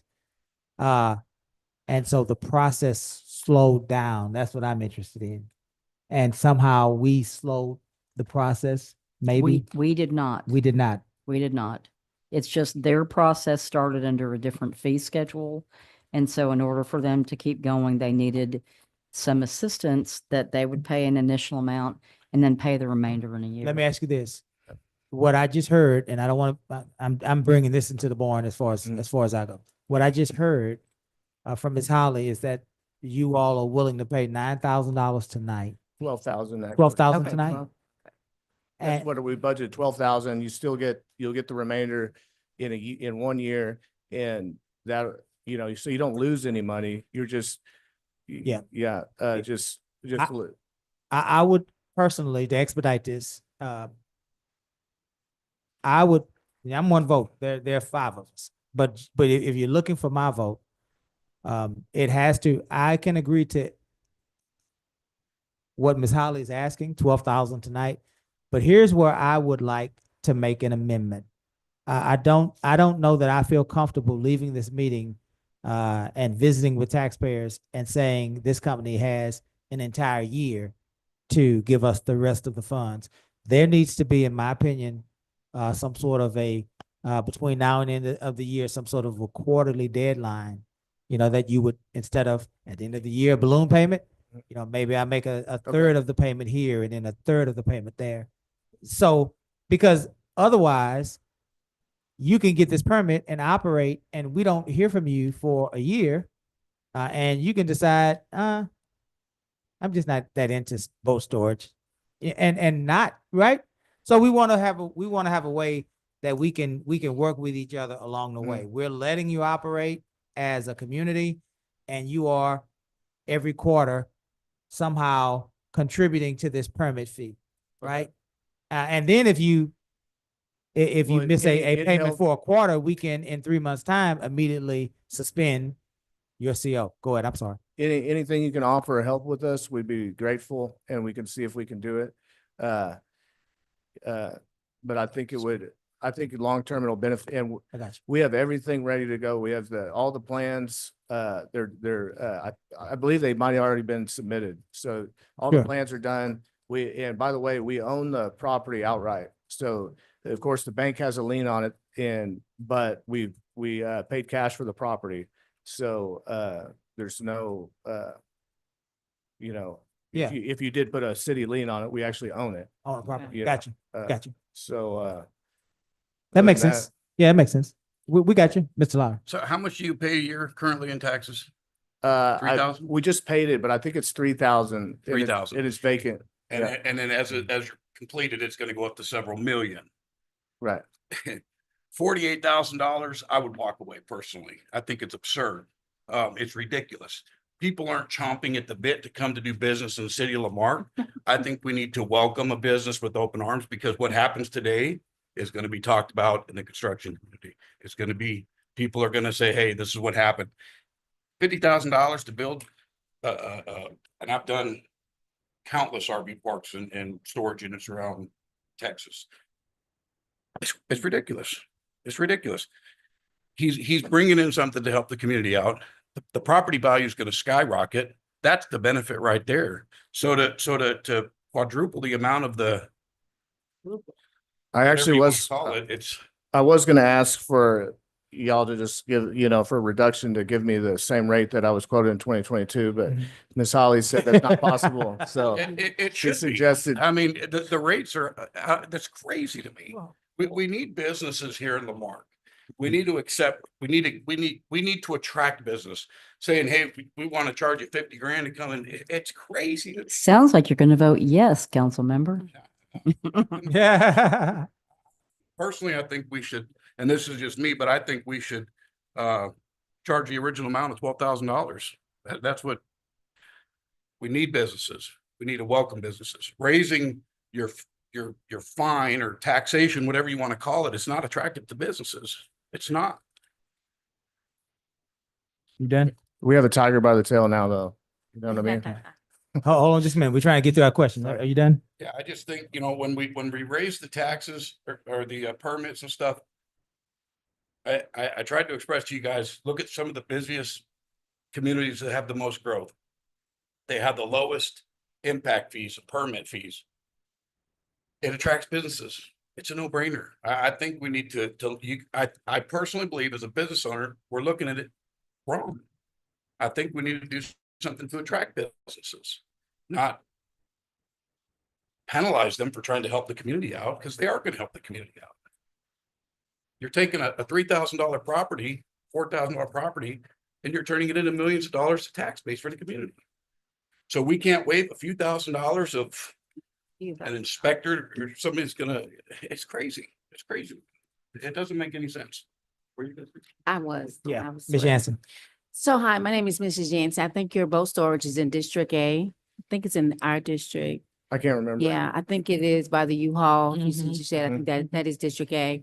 My concern is this, is that if we allow you to do it, then we've got to open that door for others. What you do for one, you have to do for all. But because of the tariffs and what's happening, our economy isn't quite picking up. And I'm a small business owner myself, so I understand what's kind of happening. So, I'm going to propose that maybe not a year, but maybe 6 months because I know it takes some time to get your business going. In small cities like ours, since we don't have a really strong tax base, right? We make monies through property taxes and permit fees, and we just waived $300,000 for our new high school. But that was before we knew about the financial situation that we're in. So I think, council, a healthy alternative, for you to pay tonight, and then 6 months from now, pay, that half, and then pay the rest. Is that fair? Would you think? I mean, I don't know. What I'm trying to do is, because I don't think anybody's wrong up here. I think Councilman Lowry is right. We want to attract businesses, but if we open that door, I can guarantee you, because I'm a business owner. I have a lot of friends that own businesses, and some of them are chomping at the bit. So I have to be able to answer that question. Why did you do it for them and not for me? Well, your excuse could be that I was quoted this in 2022 But it doesn't matter, because prices change every day with cities. Everybody's fees may go up one way or the other, and every city is different as far as their tax rate, right? Our water bills are a little bit higher than the rest because we don't have a strong tax base. That's one of the reasons. And so, but at the same time, that's a great business to have on 45. Mhm. Because people, it's right there, they're going to the beach, it does make sense. Councilman Lowry is right.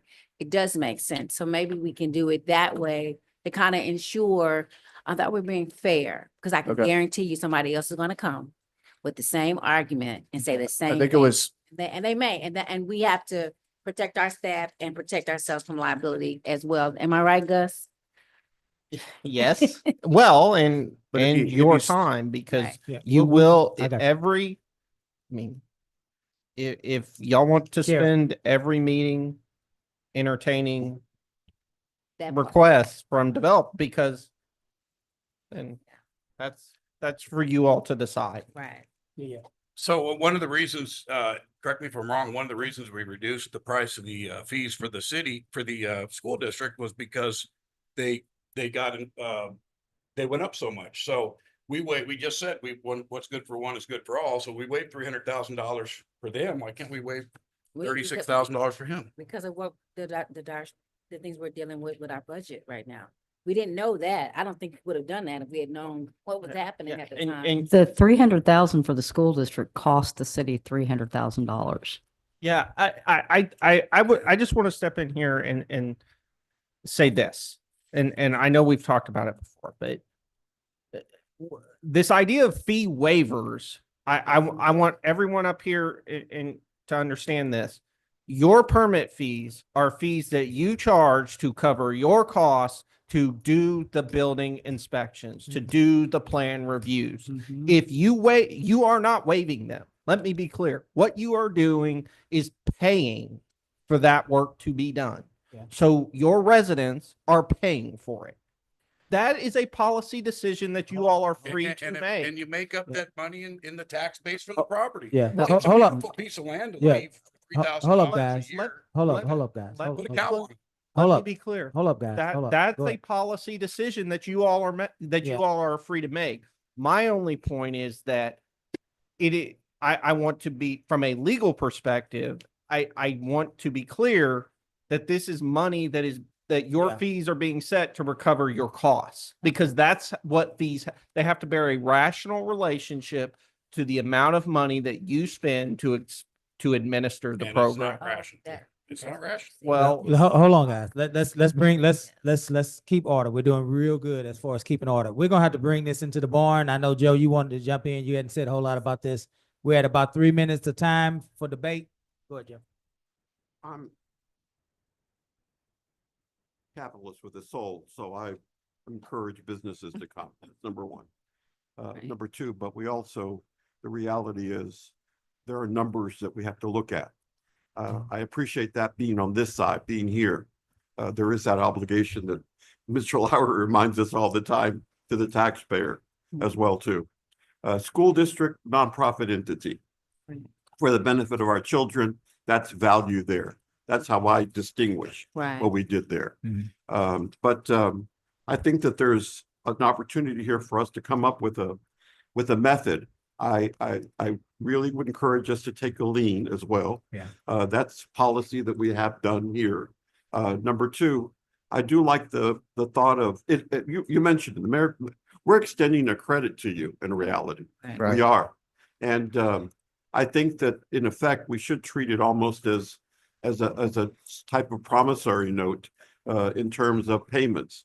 And there should be, if it's for a year, I think it's actually reasonable that there be some 6-month payment made. I also think that there should be some minimum interest associated with this extension that if we can come to some consensus and something that represents income as well to the city for this credit that we're extending to you. And I don't know what that amount is, worth something reasonable. Maybe I'm thinking since it's secured, maybe some reasonable amount like 4 or 5% on the amount. That sounds reasonable. Okay, and then have a 6-month payment. I leave that up to you guys to suggest something. That's the only difference. I'm not saying an immediate amount right now. You guys suggest, you're the business person here. Look at your numbers, come up with a figure in 6 months with the balloon due at the end of the of the Well, year. what we were said before was, a payment a year from now meant that we would be open for 6 months. I understand. Right. If we do it 6 months, well, as soon as we get our certificate of occupancy, we have to pay. No, the I was saying amount. half of what you owe, Okay, not the half. whole thing. Okay. Like, Yeah, like you're gonna, half of the, what the, you i- owe. the idea that we're trying to communicate to you is, I don't think the entire council has an appetite to wait a year. Right, Because I think okay. that when we go back into the community, there will be a lot of questions about, Uh-huh. allowing a debt to go. So there has to be an intermediate Okay. payment place, and it doesn't have to be a large payment, right? It doesn't have to be,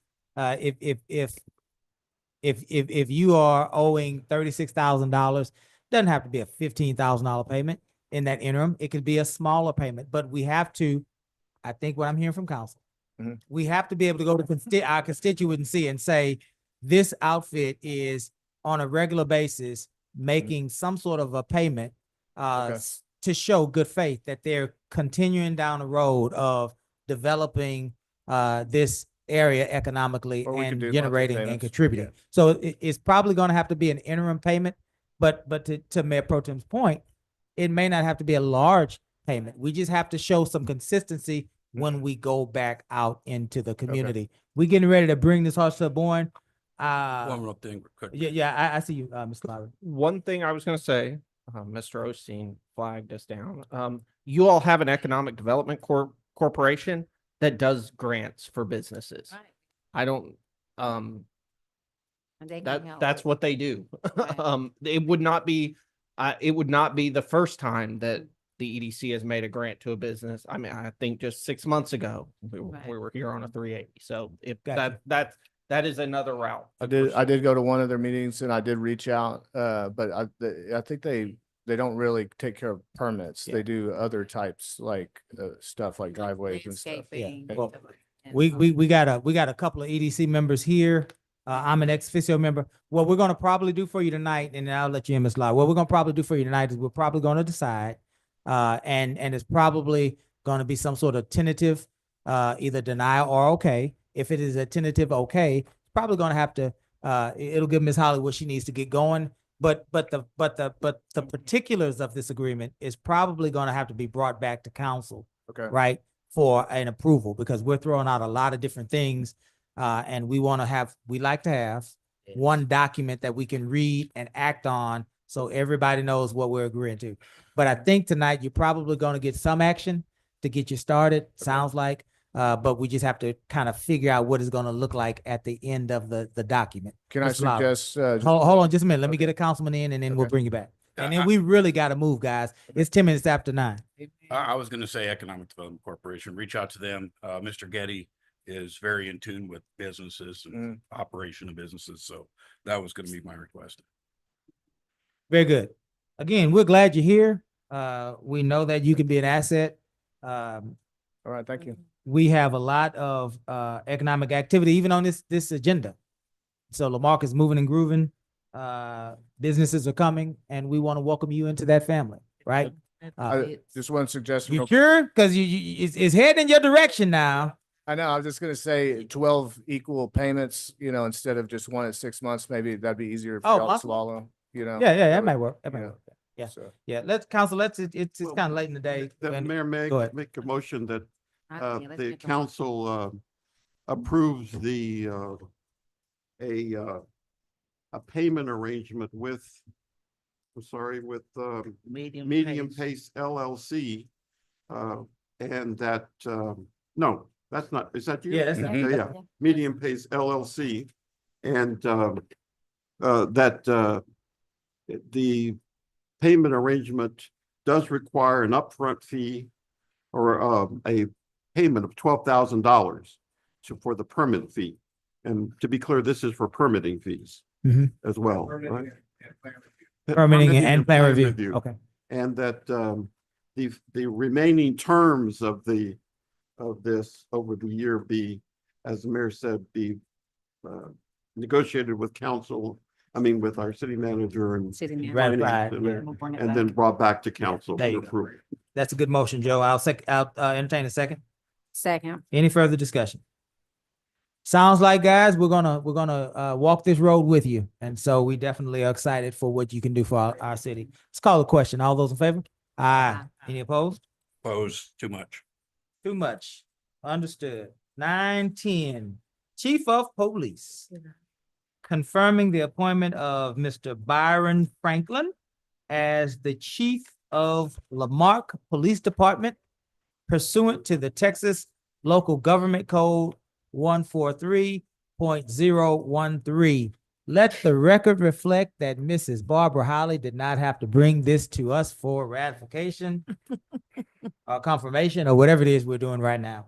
But she did, and I appreciate that, Ms. Holly, because this is It actually, this is because we are a, Civil service. civil service. Civil service requires this. Yeah. It Oh. does not comport with the charter, but civil service Ah. requires Yeah, you- this. This is yeah. Byron Franklin. He Yeah. comes to you with both gray hair and 30 years of experience. He was unanimously selected by the team that was 3 peace officers and Worth and me. And he is known as a policeman's policeman. So he's very good, and just, you have already approved a separation should that happen.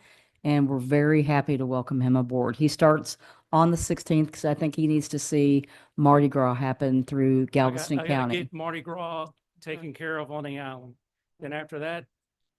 He's no more ours. Mardi Gras. Yeah. you halfway there, huh? Halfway there. Yep. One more weekend. That's it. I hear you. And Good. And good. just echoing what Ms. Holly said, your all's charter says obviously what it says. Right. But the Texas Local Government Code says that when it comes to the chief of police in a civil service jurisdiction, which you all are, you have 143, that Ms. Holly appoints him or her, and council just ratifies that. The governing body has to ratify that Look at that. point.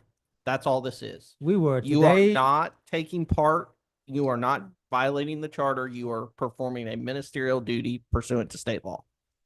We were today years old when we learned that. No. For you, it's 70. Yeah, 70, yeah, 71. Okay, hey, But for Kiara, it's like 25. I'm teasing. Go ahead, Jeff. Is that only for the police chief, or is that Only. for the other? What did I- Only for the police chief position? Yeah. I did learn something. Very good. No, really. And I'm being, in all seriousness, I don't think that we've ever did that here. Yeah, that's new. That's new. Well, I'm Well- the first, so. Well, you are the first official. So what were all those other chiefs doing before you, if you were the only official chief? They were just in here just freelancing, huh? You know what? I don't know.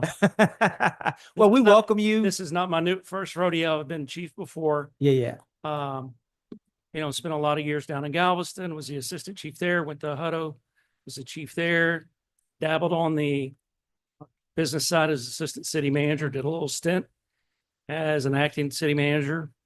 I've done just about everything in the police department except for juvenile. Police work is what I feel I do best. And I'm happy to be here. I'm looking forward to coming to work next Monday. And you have Worth Ferguson's fashion sense. That I do. Because unbeknownst to those that aren't in this room, you all are dressed exactly alike. Pretty much, yes. And that just happened on circumstance. Great minds. I guess. I'm teasing. Welcome, Chief. We're going to open this up. We can't ask you a whole lot of questions. We're going to get, it sounds like we're going to get some pictures too.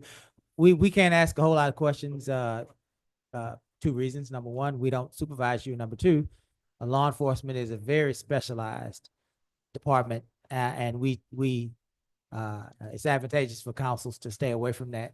But we will definitely greet you here at this council. And so we're going to open it up. Council, do we have any welcomes, any questions, any comments for Chief Franklin? You want to start off, Joe?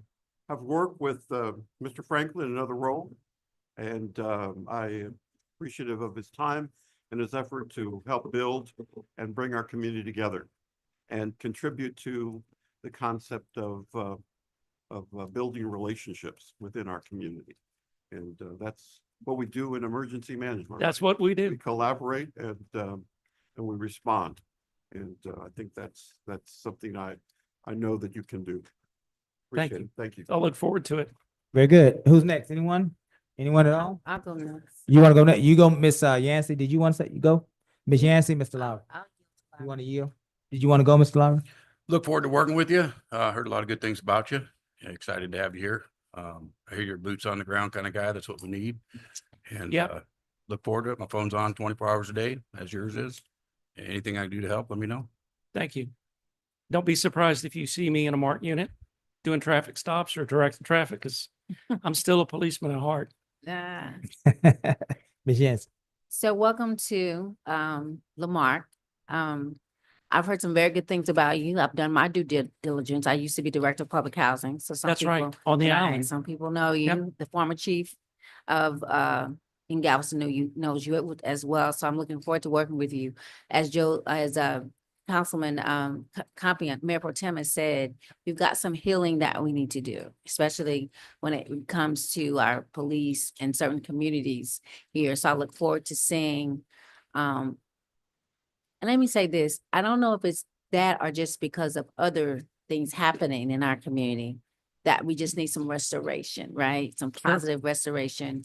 And because of what is happening nationally, right? That's kind of, it was already happening here, right? But so I'm looking forward to seeing some of your fixes, some of your community policing, which really worked, I believe. So I love fresh new ideas. I'm a best practice type of, I like to research to be able to see what works. And of course, not everything works everywhere else, but they at least try. So I'm looking forward to one day getting this police station that our officers need, right? One day we'll get there. So I'm hoping that you come with vision and goals where that we can show the community that we love our police officers and that we want them to have adequate facilities. And I don't think we've always communicated that or had it, well, we tried, right? But I think the community as a whole, when we all come together and push towards that, right? And it needs a person that can articulate that message to bring us all together to say, this is why we need it. Because we're the second fastest growing city in Galveston County still. All of this great development is coming our way. What are we doing to prepare for that? So I look forward to growing and learning from you so that we can, give your message to our constituents to let them know. Because all I've been saying is he's a great guy. He's a good guy. I've made some calls. They'll see me.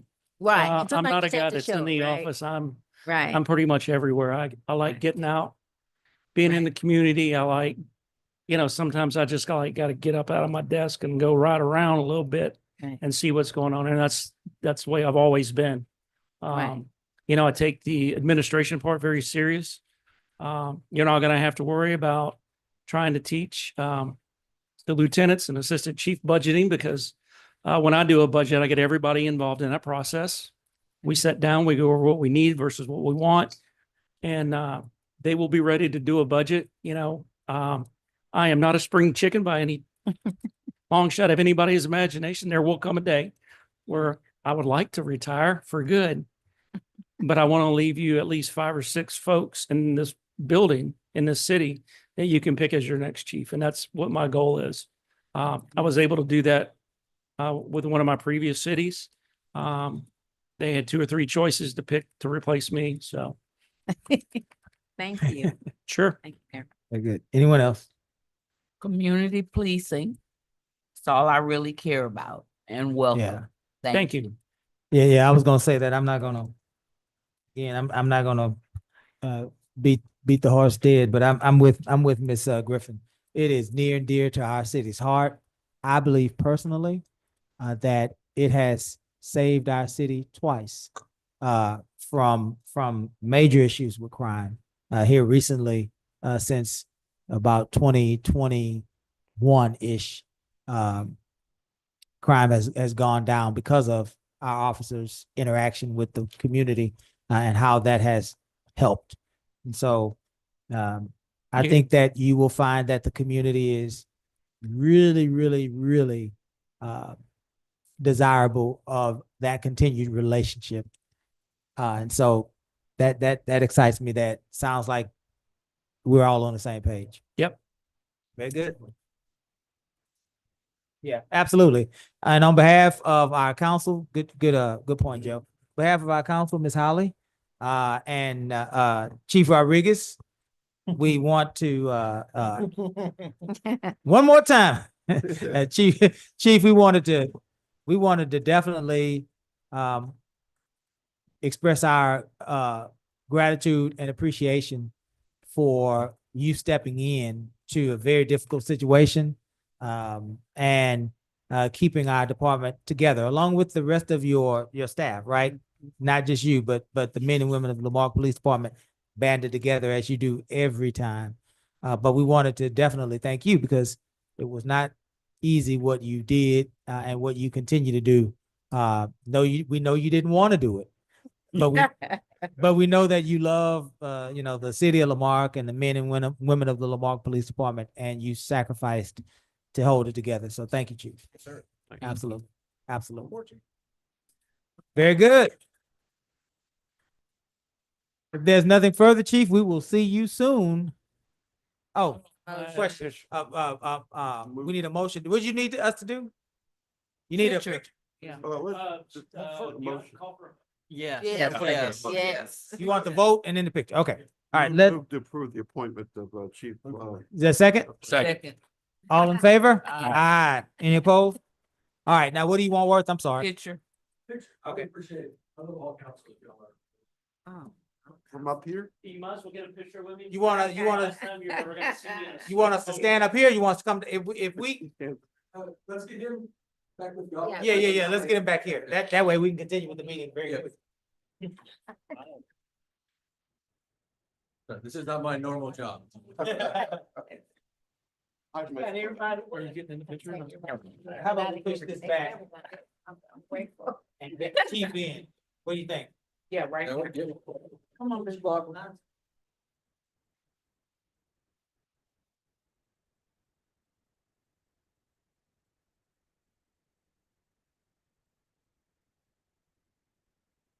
Okay, so. Y'all don't tell us to smile. Y'all don't say scream. I think we're good. That's all you get. That's your birthday. Happy birthday. Look at that. Appreciate it. Birthday. Well. Chief Franklin just informed us that today is his birthday. Happy birthday. And so we want to wish Chief a happy birthday. And we definitely thank him for spending this time with us. And Chief, if you're going out to celebrate, forget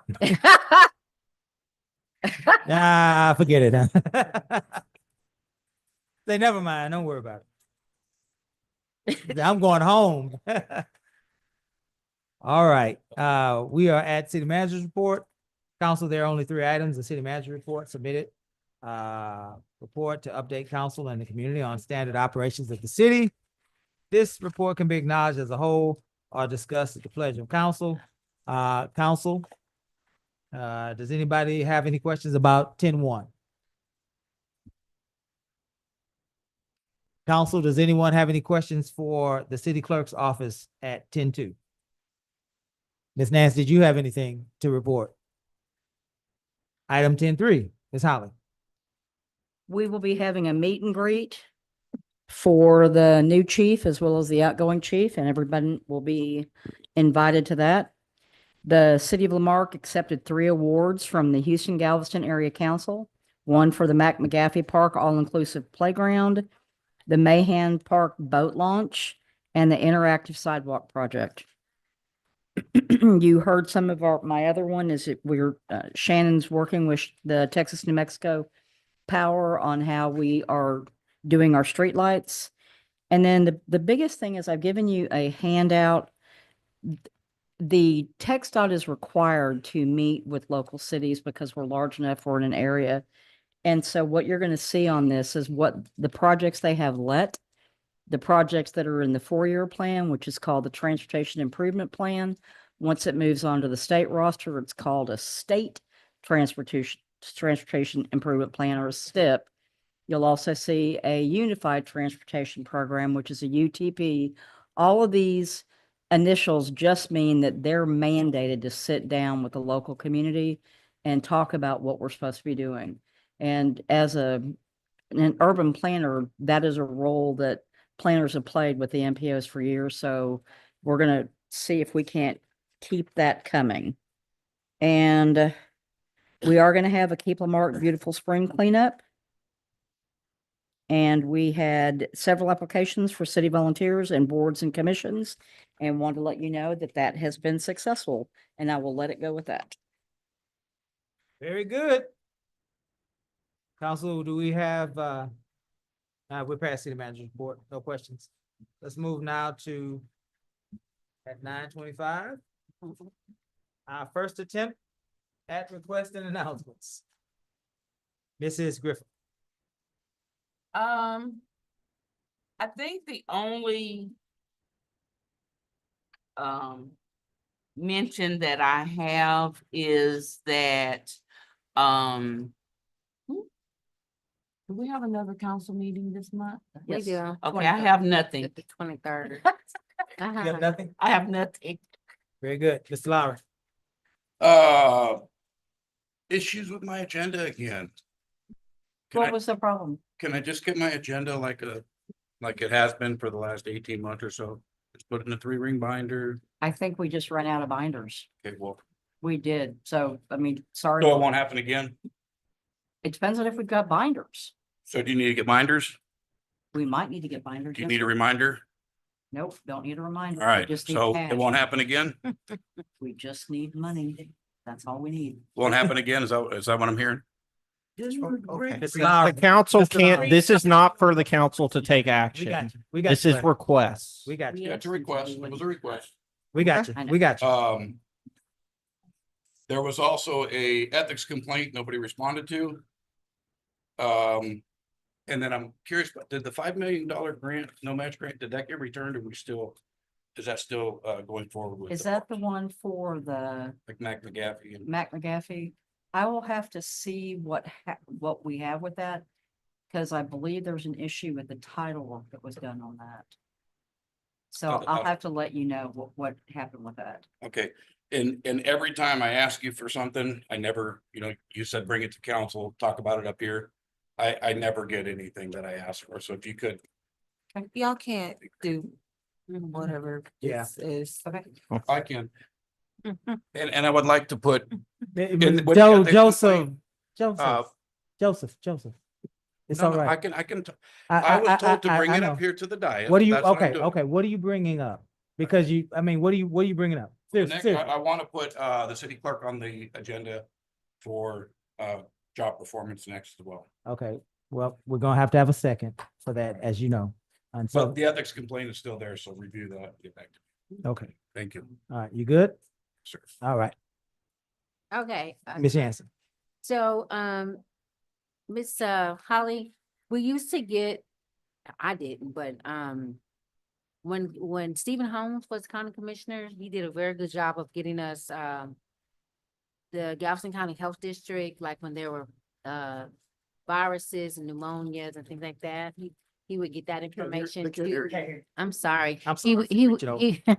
he would give that information to us. Is there any way that we as a city can get those alerts from the Galveston County Health District? So we can send out, there's been a lot of people been sick with pneumonia. Yeah, and let me things of get that. that information from you all. Send me Okay. that. And then, the proclamation for Christine Greenwood, her event, she was a nurse in our community. Very well known. She did a lot in this area. It's gonna be February 27th at 11 a.m. at O'Fay's, and we would like to get a proclamation for that. We would also like to get a proclamation for Black History Month. We would like, Tilly Henson, we can invite her to come. She's with College in the Mainland, and she's been doing some research on the history. Galveston and Tech City, they've done a lot to commemorate Juneteenth and what's happened in their areas. We haven't. And I want to make sure that we talk about the importance of Juneteenth and the history that's here. And maybe we can get College of the Mainland to come and do a presentation about some of their new programs, since Tilly is coming as well. Um, I've been talking to a lot of local business owners and they're kind of concerned with not doing business with the city of Lamarck, or they used to, but they don't anymore. So I would like the council to consider a resolution saying that we're committed to promoting local businesses in the area. Rosalie Street that I told you about, that water leak that's on that street, and some of the crime activity that's happening on Rosalie is getting kind of crazy again. And that abandoned house with no utilities, people are still going into that house. I think we talked about that. We did. So I just want to put that on the record. We would like to do an HR audit by June, if we can. We want to welcome Beauty Empire to District 8. It's a new hair supply place. And then I was wanting to see if we can talk about opportunity zones when we come back, to let people know why opportunity zones are important for that. And then to see if we can get a Courtyard Marriott. We still own most of the property on I-45. And I think it's time that we start to kind of move towards that way. I would like to see if we can get the All-American City banner or something on the railroad crossing. I saw that in the city one time, just to kind of let people, so I don't know if we can or not. We would have to ask the Railroad Commission if we can do that or not. And if we can look into, we're really having a big housing issue again because of the economy, and maybe look into some affordable housing options as a city. And the issue with annexing land, if we can get some type of report on what that looks like for some of the areas around the city. I don't know. That does not allow annexations. I thought they did. Only if they ask. Okay, then they just need to ask for it. Okay. That's something we can ask, we can find out. That's all I have, Mayor. Thank you. Thank you, ma'am. Mayor Pro Tem? Thanks. Number one, send you an email request, Ms. Holly. This month and next month are considered Red Cross month, and we're out asking communities and for proclamation with regard to. Most recently, this past week, I see Chief Merriman's left already. We did respond to a fire here in Lamarck, 2 homes. Where's he at? Oh, I didn't see him there. I'm sorry. See there? And so I appreciate Chief too. He immediately lets me know and we try to get on it. And speaking of housing, just as you know, Ms. Yancey and the community will get some more information out as well too. A local nonprofit that I'm a board member of recently received a grant with regard to housing assistance. Their program kicks off in March, and the details will be announced there. There's another organization that I'm a board member of. They also have they recently joined. They're out of Houston, but they're also providing services through TDHCA, Texas Department of Community Housing and Community Affairs, for also housing assistance, both for Brazoria and Galveston County. We'll get information on that. I would like Gus some clarity if you could, and it doesn't necessarily have to be here, just offline perhaps. I was reviewing that last training. Former Councilmember Osteen was there on the open records and public meetings. The issue of visibility of speakers on comment period. The information that I was seeing indicated that they need to be visible when they're speaking, just like as I was at our last meeting. And I would just like to get a confirmation for us all with regard to that on that side. And I think that's all. Happy Valentine's Day later on as well too for everyone. I still have plenty of candy left over from the MLK parade, so I'll just leave it here. Just oh, you want it? Well, actually, the fire department has some activities that they have with the kids coming up, and the candy that I had left over, I donated to them. So that would be a perfect place. I'll get over there. Thank Miss you. Patty would appreciate it. Okay, done. Thank you. Thank you. Again, we want to welcome our new police chief, Chief Franklin. Excited about his leadership, excited about the Lamarque Police Department continuing to get better and better as the days and the weeks go by. I wanted to remind us, Ms. Nance, Ms. Holly, that we are patiently awaiting the arrival of Habitat for Humanity. And we will continue to request them because housing for our military veterans is an important idea in the city of Lamarque. And so we want to continue to press until we persevere. Ms. Holly, low-hanging fruit, Lamarque 2050, there are 579 recommendations in that document. I know at least 15 of them are free. Let's get the low-hanging fruit. Lastly, because of its ability to confuse many of us and the possibility that there is no written policy, I would like for us to be able to address whatever policies there may be as it relates to open records requests when it comes to the Lamarque Police Department, when it comes to body camera footage, when it comes to some of the other issues we've been having, when it comes to open records requests, in particular when it comes to issues or incidents that the police department have become a part of, right? I get several communications from different residents throughout the year about body cams, about police reports, and about how this company, this law firm called Olson and Olson writes letters delaying or denying requests for information. And so what I seek to provide counsel with is a policy. What is the policy? Because when I get asked those questions, I really don't know.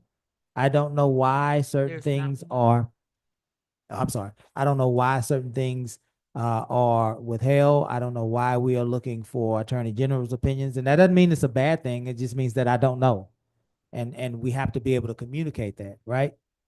And so we have to be able to communicate that on an agenda, in an agenda item, so that we can explain to us and to the community what the policy is, right?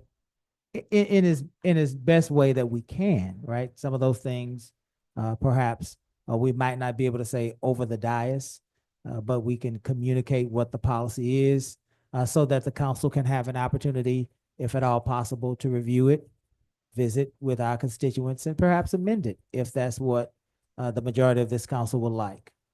And so that's something, Gus, Ms. Holly, I don't know who that I'm giving that to, but a full comprehensive policy. What does it say? And why is Olson and Olson doing this? And why is Mill Shirley doing this, right? We want to know why.